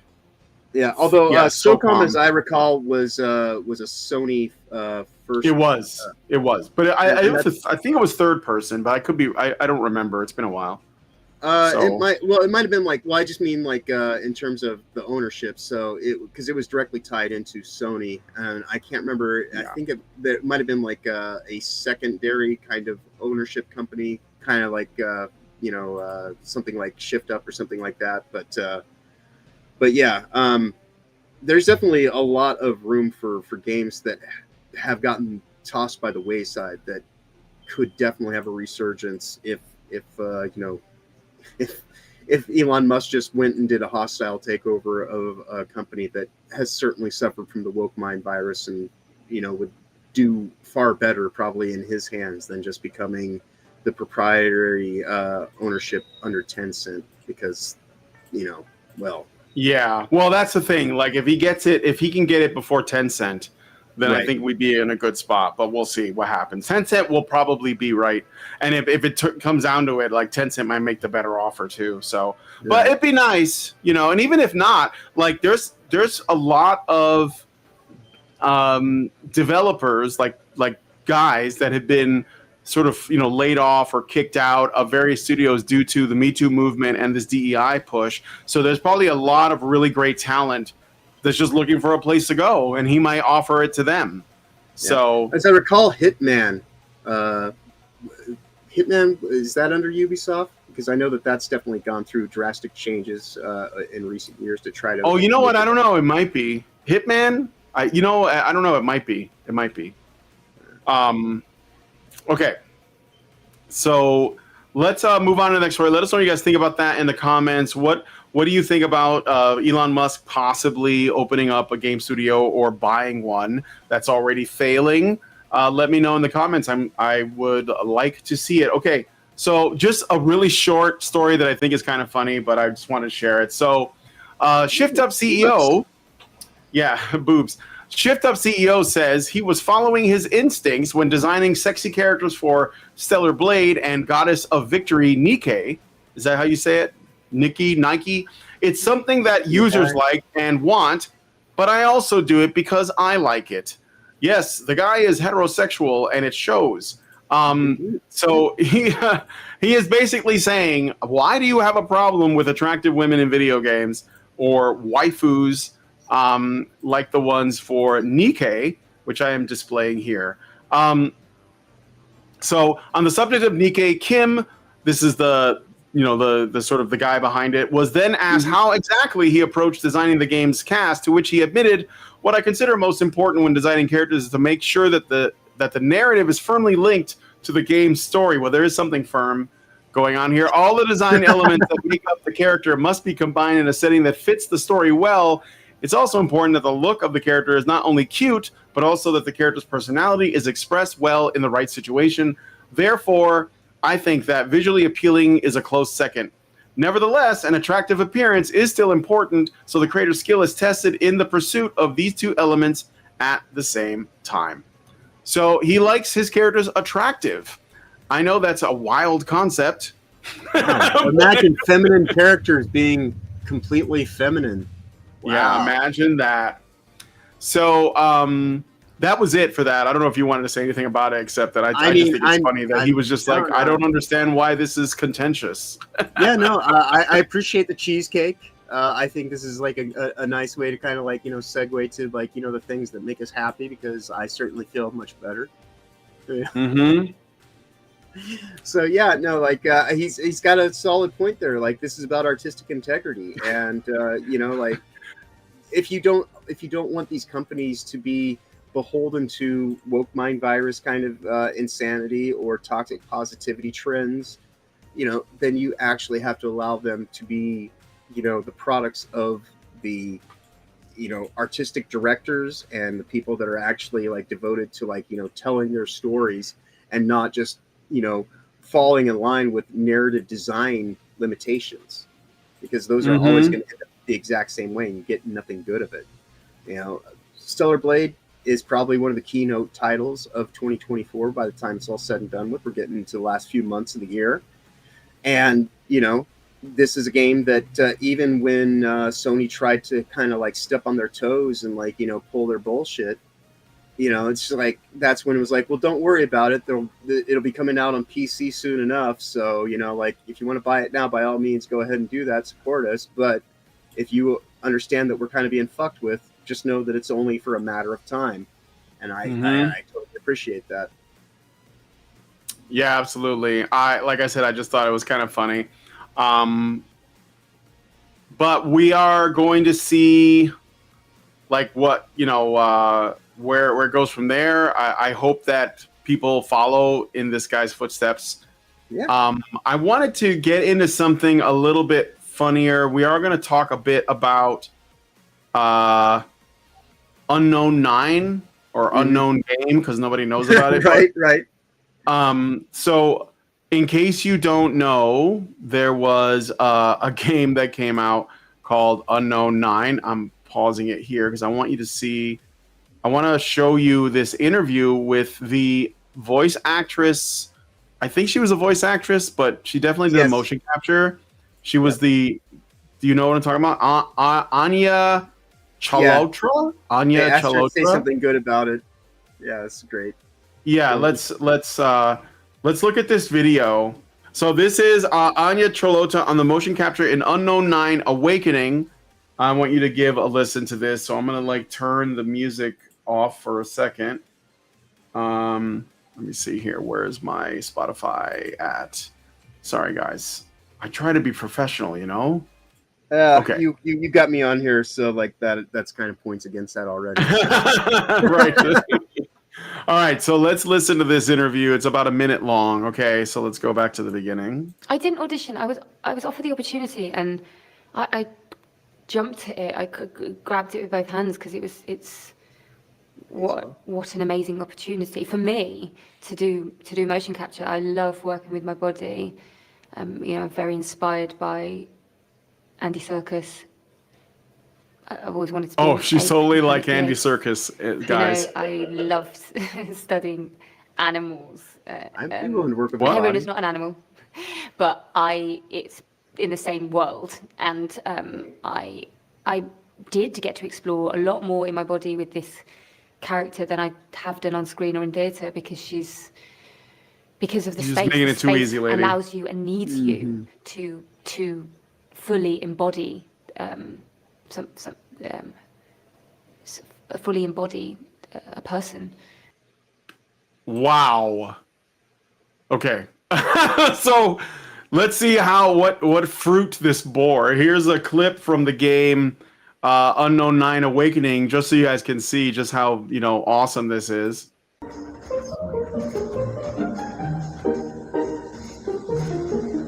Stealth mechanics, guys.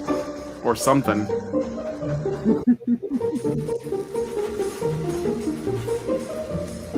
These are enemies that should be attacking her. Right. This is how busted the game came out, like how it was. She's Maybe slapping they're just them. interested in working with her body,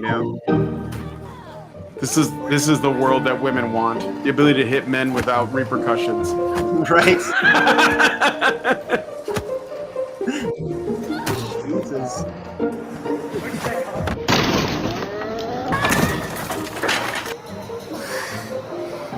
I'll be feeling that one tomorrow.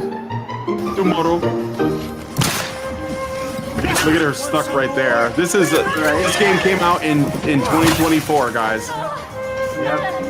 But it's Last diverse. week or the week before, as I recall. It's only been a few days. Yeah, it's pretty new.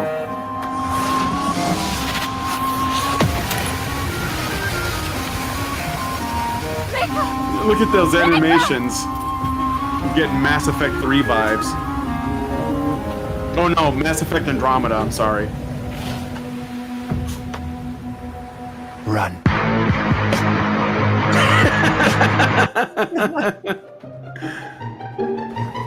Look at the hand. Talk to the hand. I don't even know what this is about. Jesus Christ, this is like fucking Forspoken Indian edition. It looks worse. You're right. Right in the... That's not cool. Right?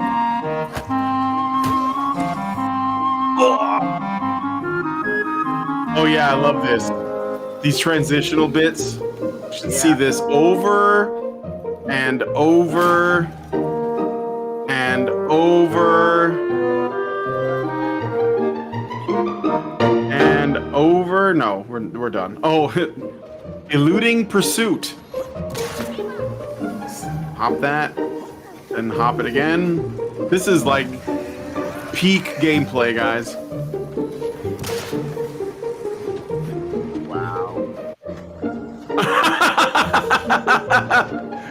Some people paid for this game. I mean, if you want to just throw your money away, I can give you my PayPal account.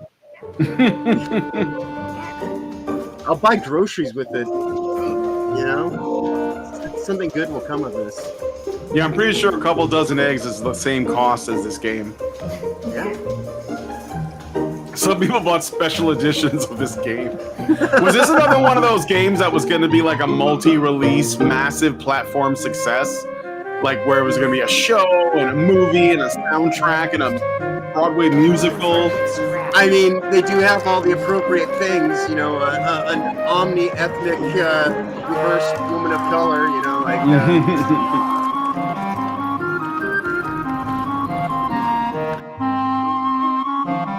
What is... Well, yeah, the wall climbing is the best. Somebody bought this game to make this video. I think that person deserves all of the subs. Right. Oh. What is why is she floating? Alright. So that's yeah, that was Unknown 9 Awakening. And it looks like that's a very, very ironic name because it looks like they slept through development.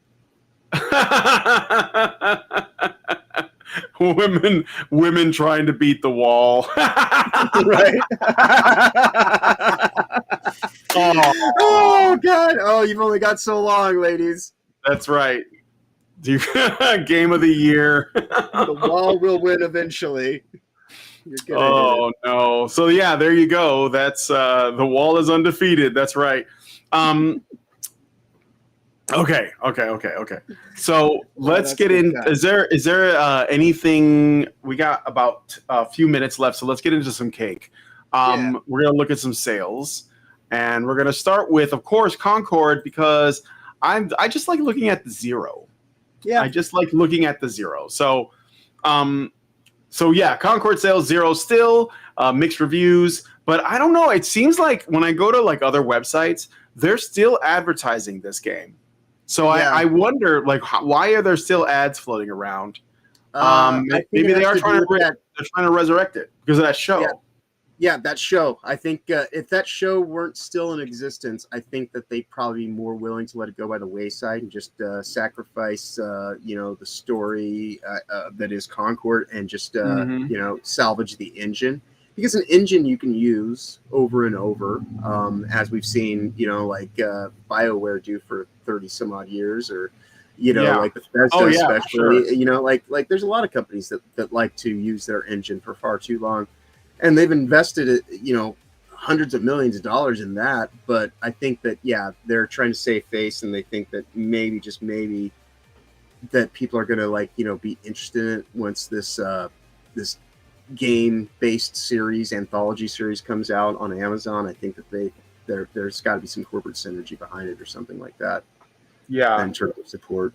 So, but I don't think it's going to ultimately pan out unless, as we were talking about that one day, they're going to have to reskin everything and give away those skins, and maybe even tie in some kind of if you play this game, you'll earn discounts for future purchases on other things.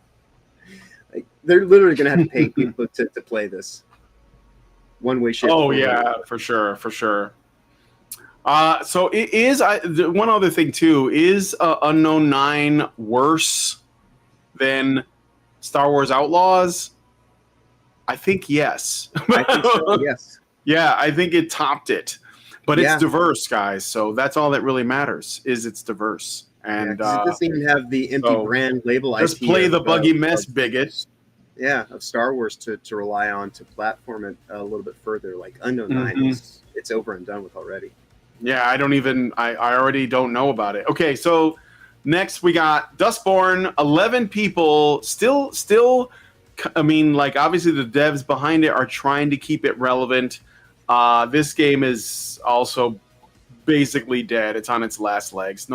Once people have played through it, it's over. And I don't think, I have other David Cage games. I actually own a copy of Heavy Rain, Beyond Two Souls, and what's the last one? Detroit Become Human. Yeah.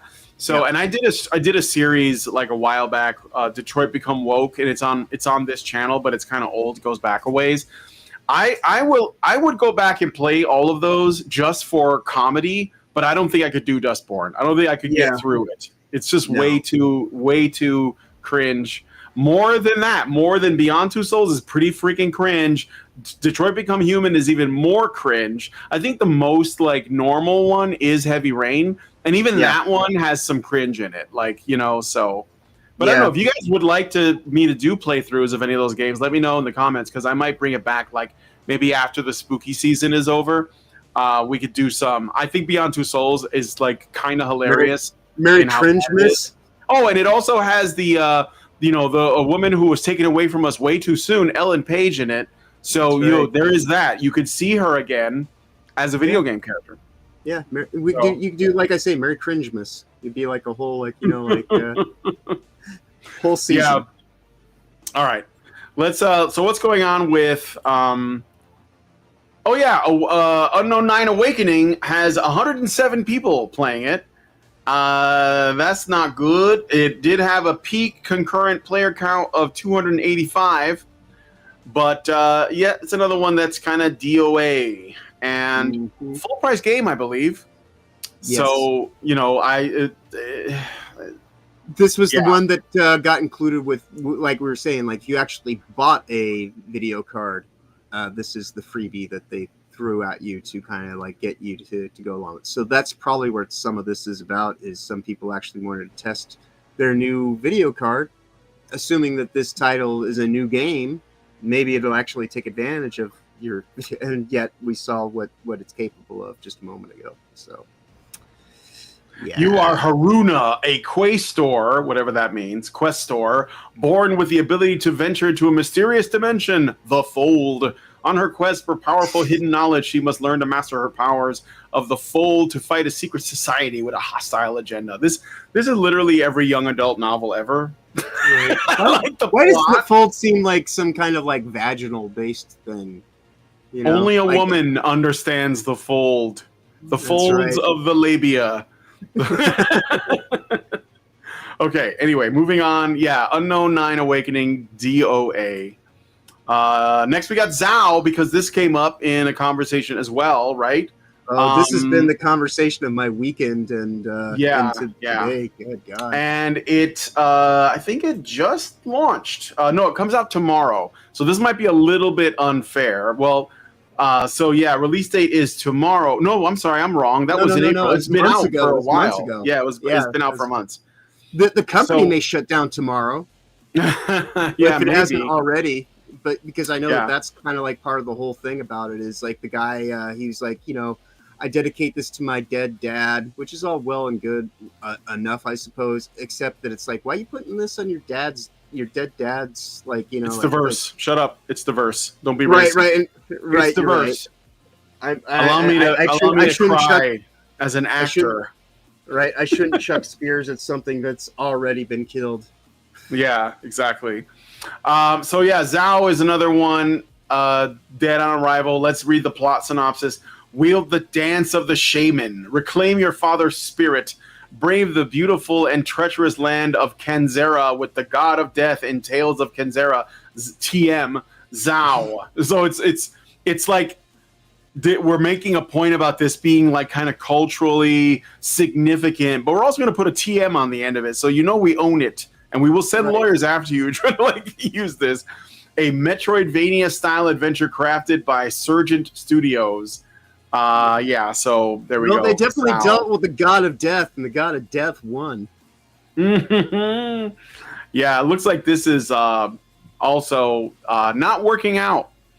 Next, we have Starfield. Here's the interesting thing, though. You can actually almost see that the modern audience tops out at 287 people, because that's roughly like where these games kind of like get to, like, and that's it. Yeah, yeah, like the video we saw just now of Unknown 9 involved one of the Unknown 9 that bought the game. Right. So anyway, yeah, so Starfield, this is not a small studio, so it's worth pointing out. Bethesda, big company, only 7,149. It's not terrible for for what it is, but I don't think it's anywhere near like Fallout 4, Fallout New. Well, that wasn't New Vegas, right? No, that wasn't Bethesda. But Skyrim, yeah, fucking pronouns. Yeah, that's why we're talking about this, because fucking pronouns. Well, they just did their update a couple of weeks ago. And, the new DLC, yeah, it didn't really do a lot for them. Not a huge bump. And it's languishing right back to like the numbers pre update. Yep. So more like a black hole of fun. Yeah, absolutely. Okay, and then lastly, we have, I think lastly for the woke games, we have Homeworld 3, which is 53 people. Oh my god, guys. Homeworld sells. I'm sorry. I'm sorry. This you deserve better than this. You deserve better. But I wanted to follow it because I was like curious about where it was going with that. So yeah, how's Helldivers doing on their redemption arc? Well, let's see. I'll come back to that one. I haven't added it to the list yet, but let's go to the next thing. Space Marine 2 still doing pretty well at 23,000 in game right now, considering it's like midday here in the States.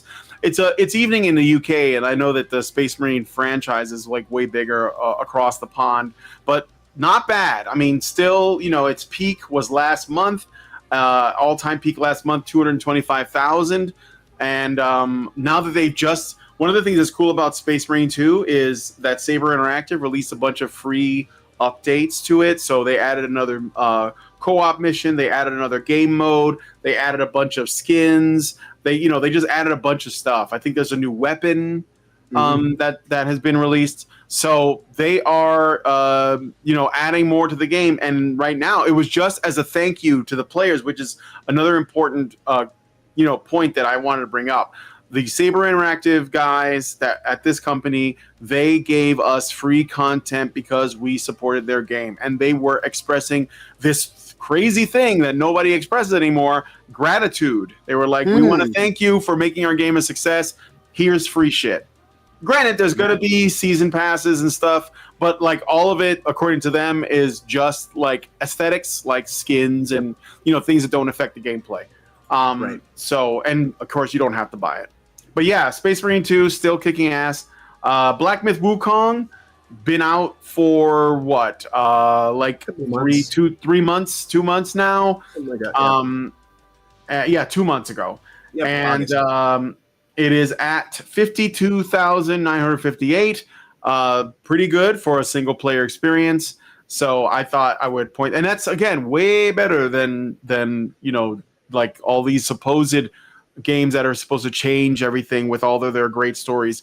No Sweet Baby Inc. involvement. There you go, big hit. So how is Helldivers 2?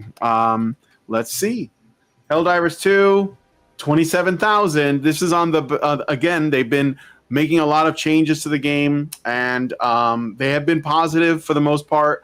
The enthusiasm is returning. It's not at what it was, and there is all the shenanigans with Sony and all that. But I think considering stuff that's within their control, I think that their Arrowhead is doing their best to course correct, and I'm here for it. I will allow them the opportunity for that. Is there any other games you want me to look up? Just because I know it's going to be low, but I want to keep beating the drum for the Great Rebellion. Because like I have this initiative that we can do a grassroots effort and actually support a game. And get good word of mouth to actually start sustaining it and getting it to where I think it should at least have more than 85 sales. Great Rebellion has 1 player in game. Yeah, it's a small game, but I am gonna be so okay. Let's wrap up because I do want to. Speaking of Great Rebellion, I do want to say a few things. Well, first you tell me what you have going on, and then I'll tell it, and then we'll close it out. So, what do you got going on this week? For the moment, this week, my normal scheduled events. So, tomorrow, though, I will be doing reality-based Rising Stars with Ryan Roger Thay. So I guess that might end up. I'm not sure if I'm just doing it with him just this one time or if I'm now going to actually be helping him as a co-host in that endeavor. But other than that, I just have my normal Thursday Will of the Fans, Friday reality-based Tangent Kings, which I'm supposed to invite you to if you have the free time to come by. What day is it?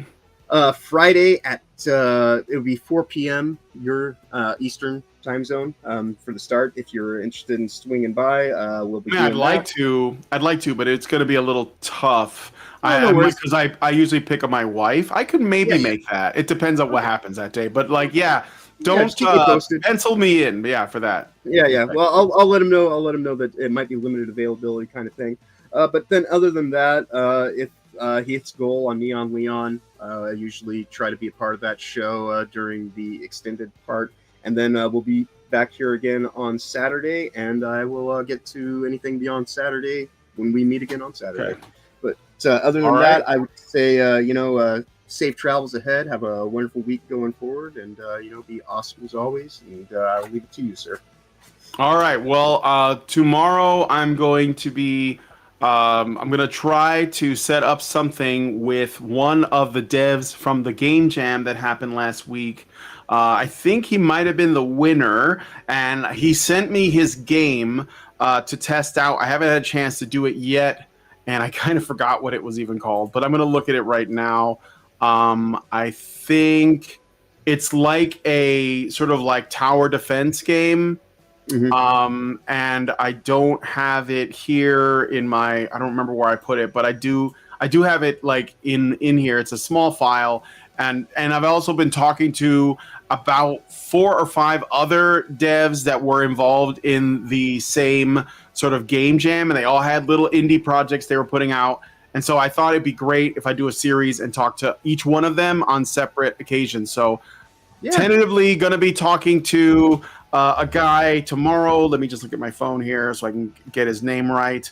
And I also probably missed a bunch of messages because I've been doing this show. But yeah, so there was hold on a second here. Taylor Allen. Yes, that's his name. Taylor Allen, and he has a game called Blade of Aventine, and it's a 1 to 4 player tower defense game. So it actually has co-op on it. So I'm gonna check that one out and probably talk to him tomorrow, or at least I'm gonna try for that. And yeah, and then I got, so that's tomorrow. Tomorrow's Wednesday, and I'm also gonna do Friday the 13th tomorrow afternoon or tomorrow evening with Lindsay and whoever else wants to join us. This is October, and we want to play Friday the 13th as much as we can before they essentially shut the servers down. I understand that even after they're down, you'll be able to play single player and stuff, but come on, why would you do that? Like it's meant to be a multiplayer experience. So please, if you've never seen Friday the 13th, the game, definitely come check out my streams. I also have them. Obviously, they're still up on this channel. Yeah. They are a lot of fun. It's janky. People are ridiculous online. It's a good time. So that I had a great time with it myself as well. Yeah, that'll be tonight, and then tomorrow. No, I'm sorry. That'll be tomorrow, not tonight. Tonight I have other work to do. On Thursday, I'm probably going to do more #Blood, and on Friday, I'm going to do some more Days Gone during the day. Or I might do that in reverse order. Then Saturday I got a show with John, and whoever knows, like I might show up on somebody's stream. And I also am working on getting guests on, like Aiden Paladin, who's a friend of my other channel, and she's like big gamer and involved in the culture war stuff. And I got a number of other people. So yeah, be on the lookout. Please subscribe if you're interested. It's going to be great. We're going to have a lot of interesting people on, people that I've known for many years online that has been talking about more of the sort of like political downstream from the cultural stuff, you know, and I think that it's like important to understand that so that you can much better navigate things. So anyway, that's all I got to say for that. This show has gone a little bit over, so I'm going to end it here. Let me just do a quick check to make sure I didn't miss any super chats or anything like that. I did not, but that's okay. All right, so we're going to end the show there. Thank you so much for coming on the show. If you like this video, please hit like, subscribe if you're not already subscribed, hit the bell for notifications, leave us a comment. Let me know what you guys think about what we talked about on the show today. And please, please, please share this video because sharing is caring. Thank you so much for coming on today's episode of The Week in Culture. And we'll talk to you guys in the next video. Long live Vivian. And all the oppressed groups shall prosper, especially the most oppressed group of all, gamers. I want people in the industry to be a little bit louder about people being mean to other people, and maybe say it's not a good thing. Yeah. Maybe say we don't want you around if you're going to be a cunt. Yeah. And hateful. And that the games industry is diverse naturally. Not because anyone's making them be diverse. Because the world is diverse, you stupid motherfucker. And if you have a problem with that, come fight me. Physically. Bitch. Has anyone taken you up on that yet? No, because they're all pussies. Yep. Down here, salt is a way of life. Obviously, the environment down here is all salt. The ceiling's salt, the floor is salt, the walls are salt, and to an extent, the air is salt. And you breathe that in, and you can constantly taste the salt.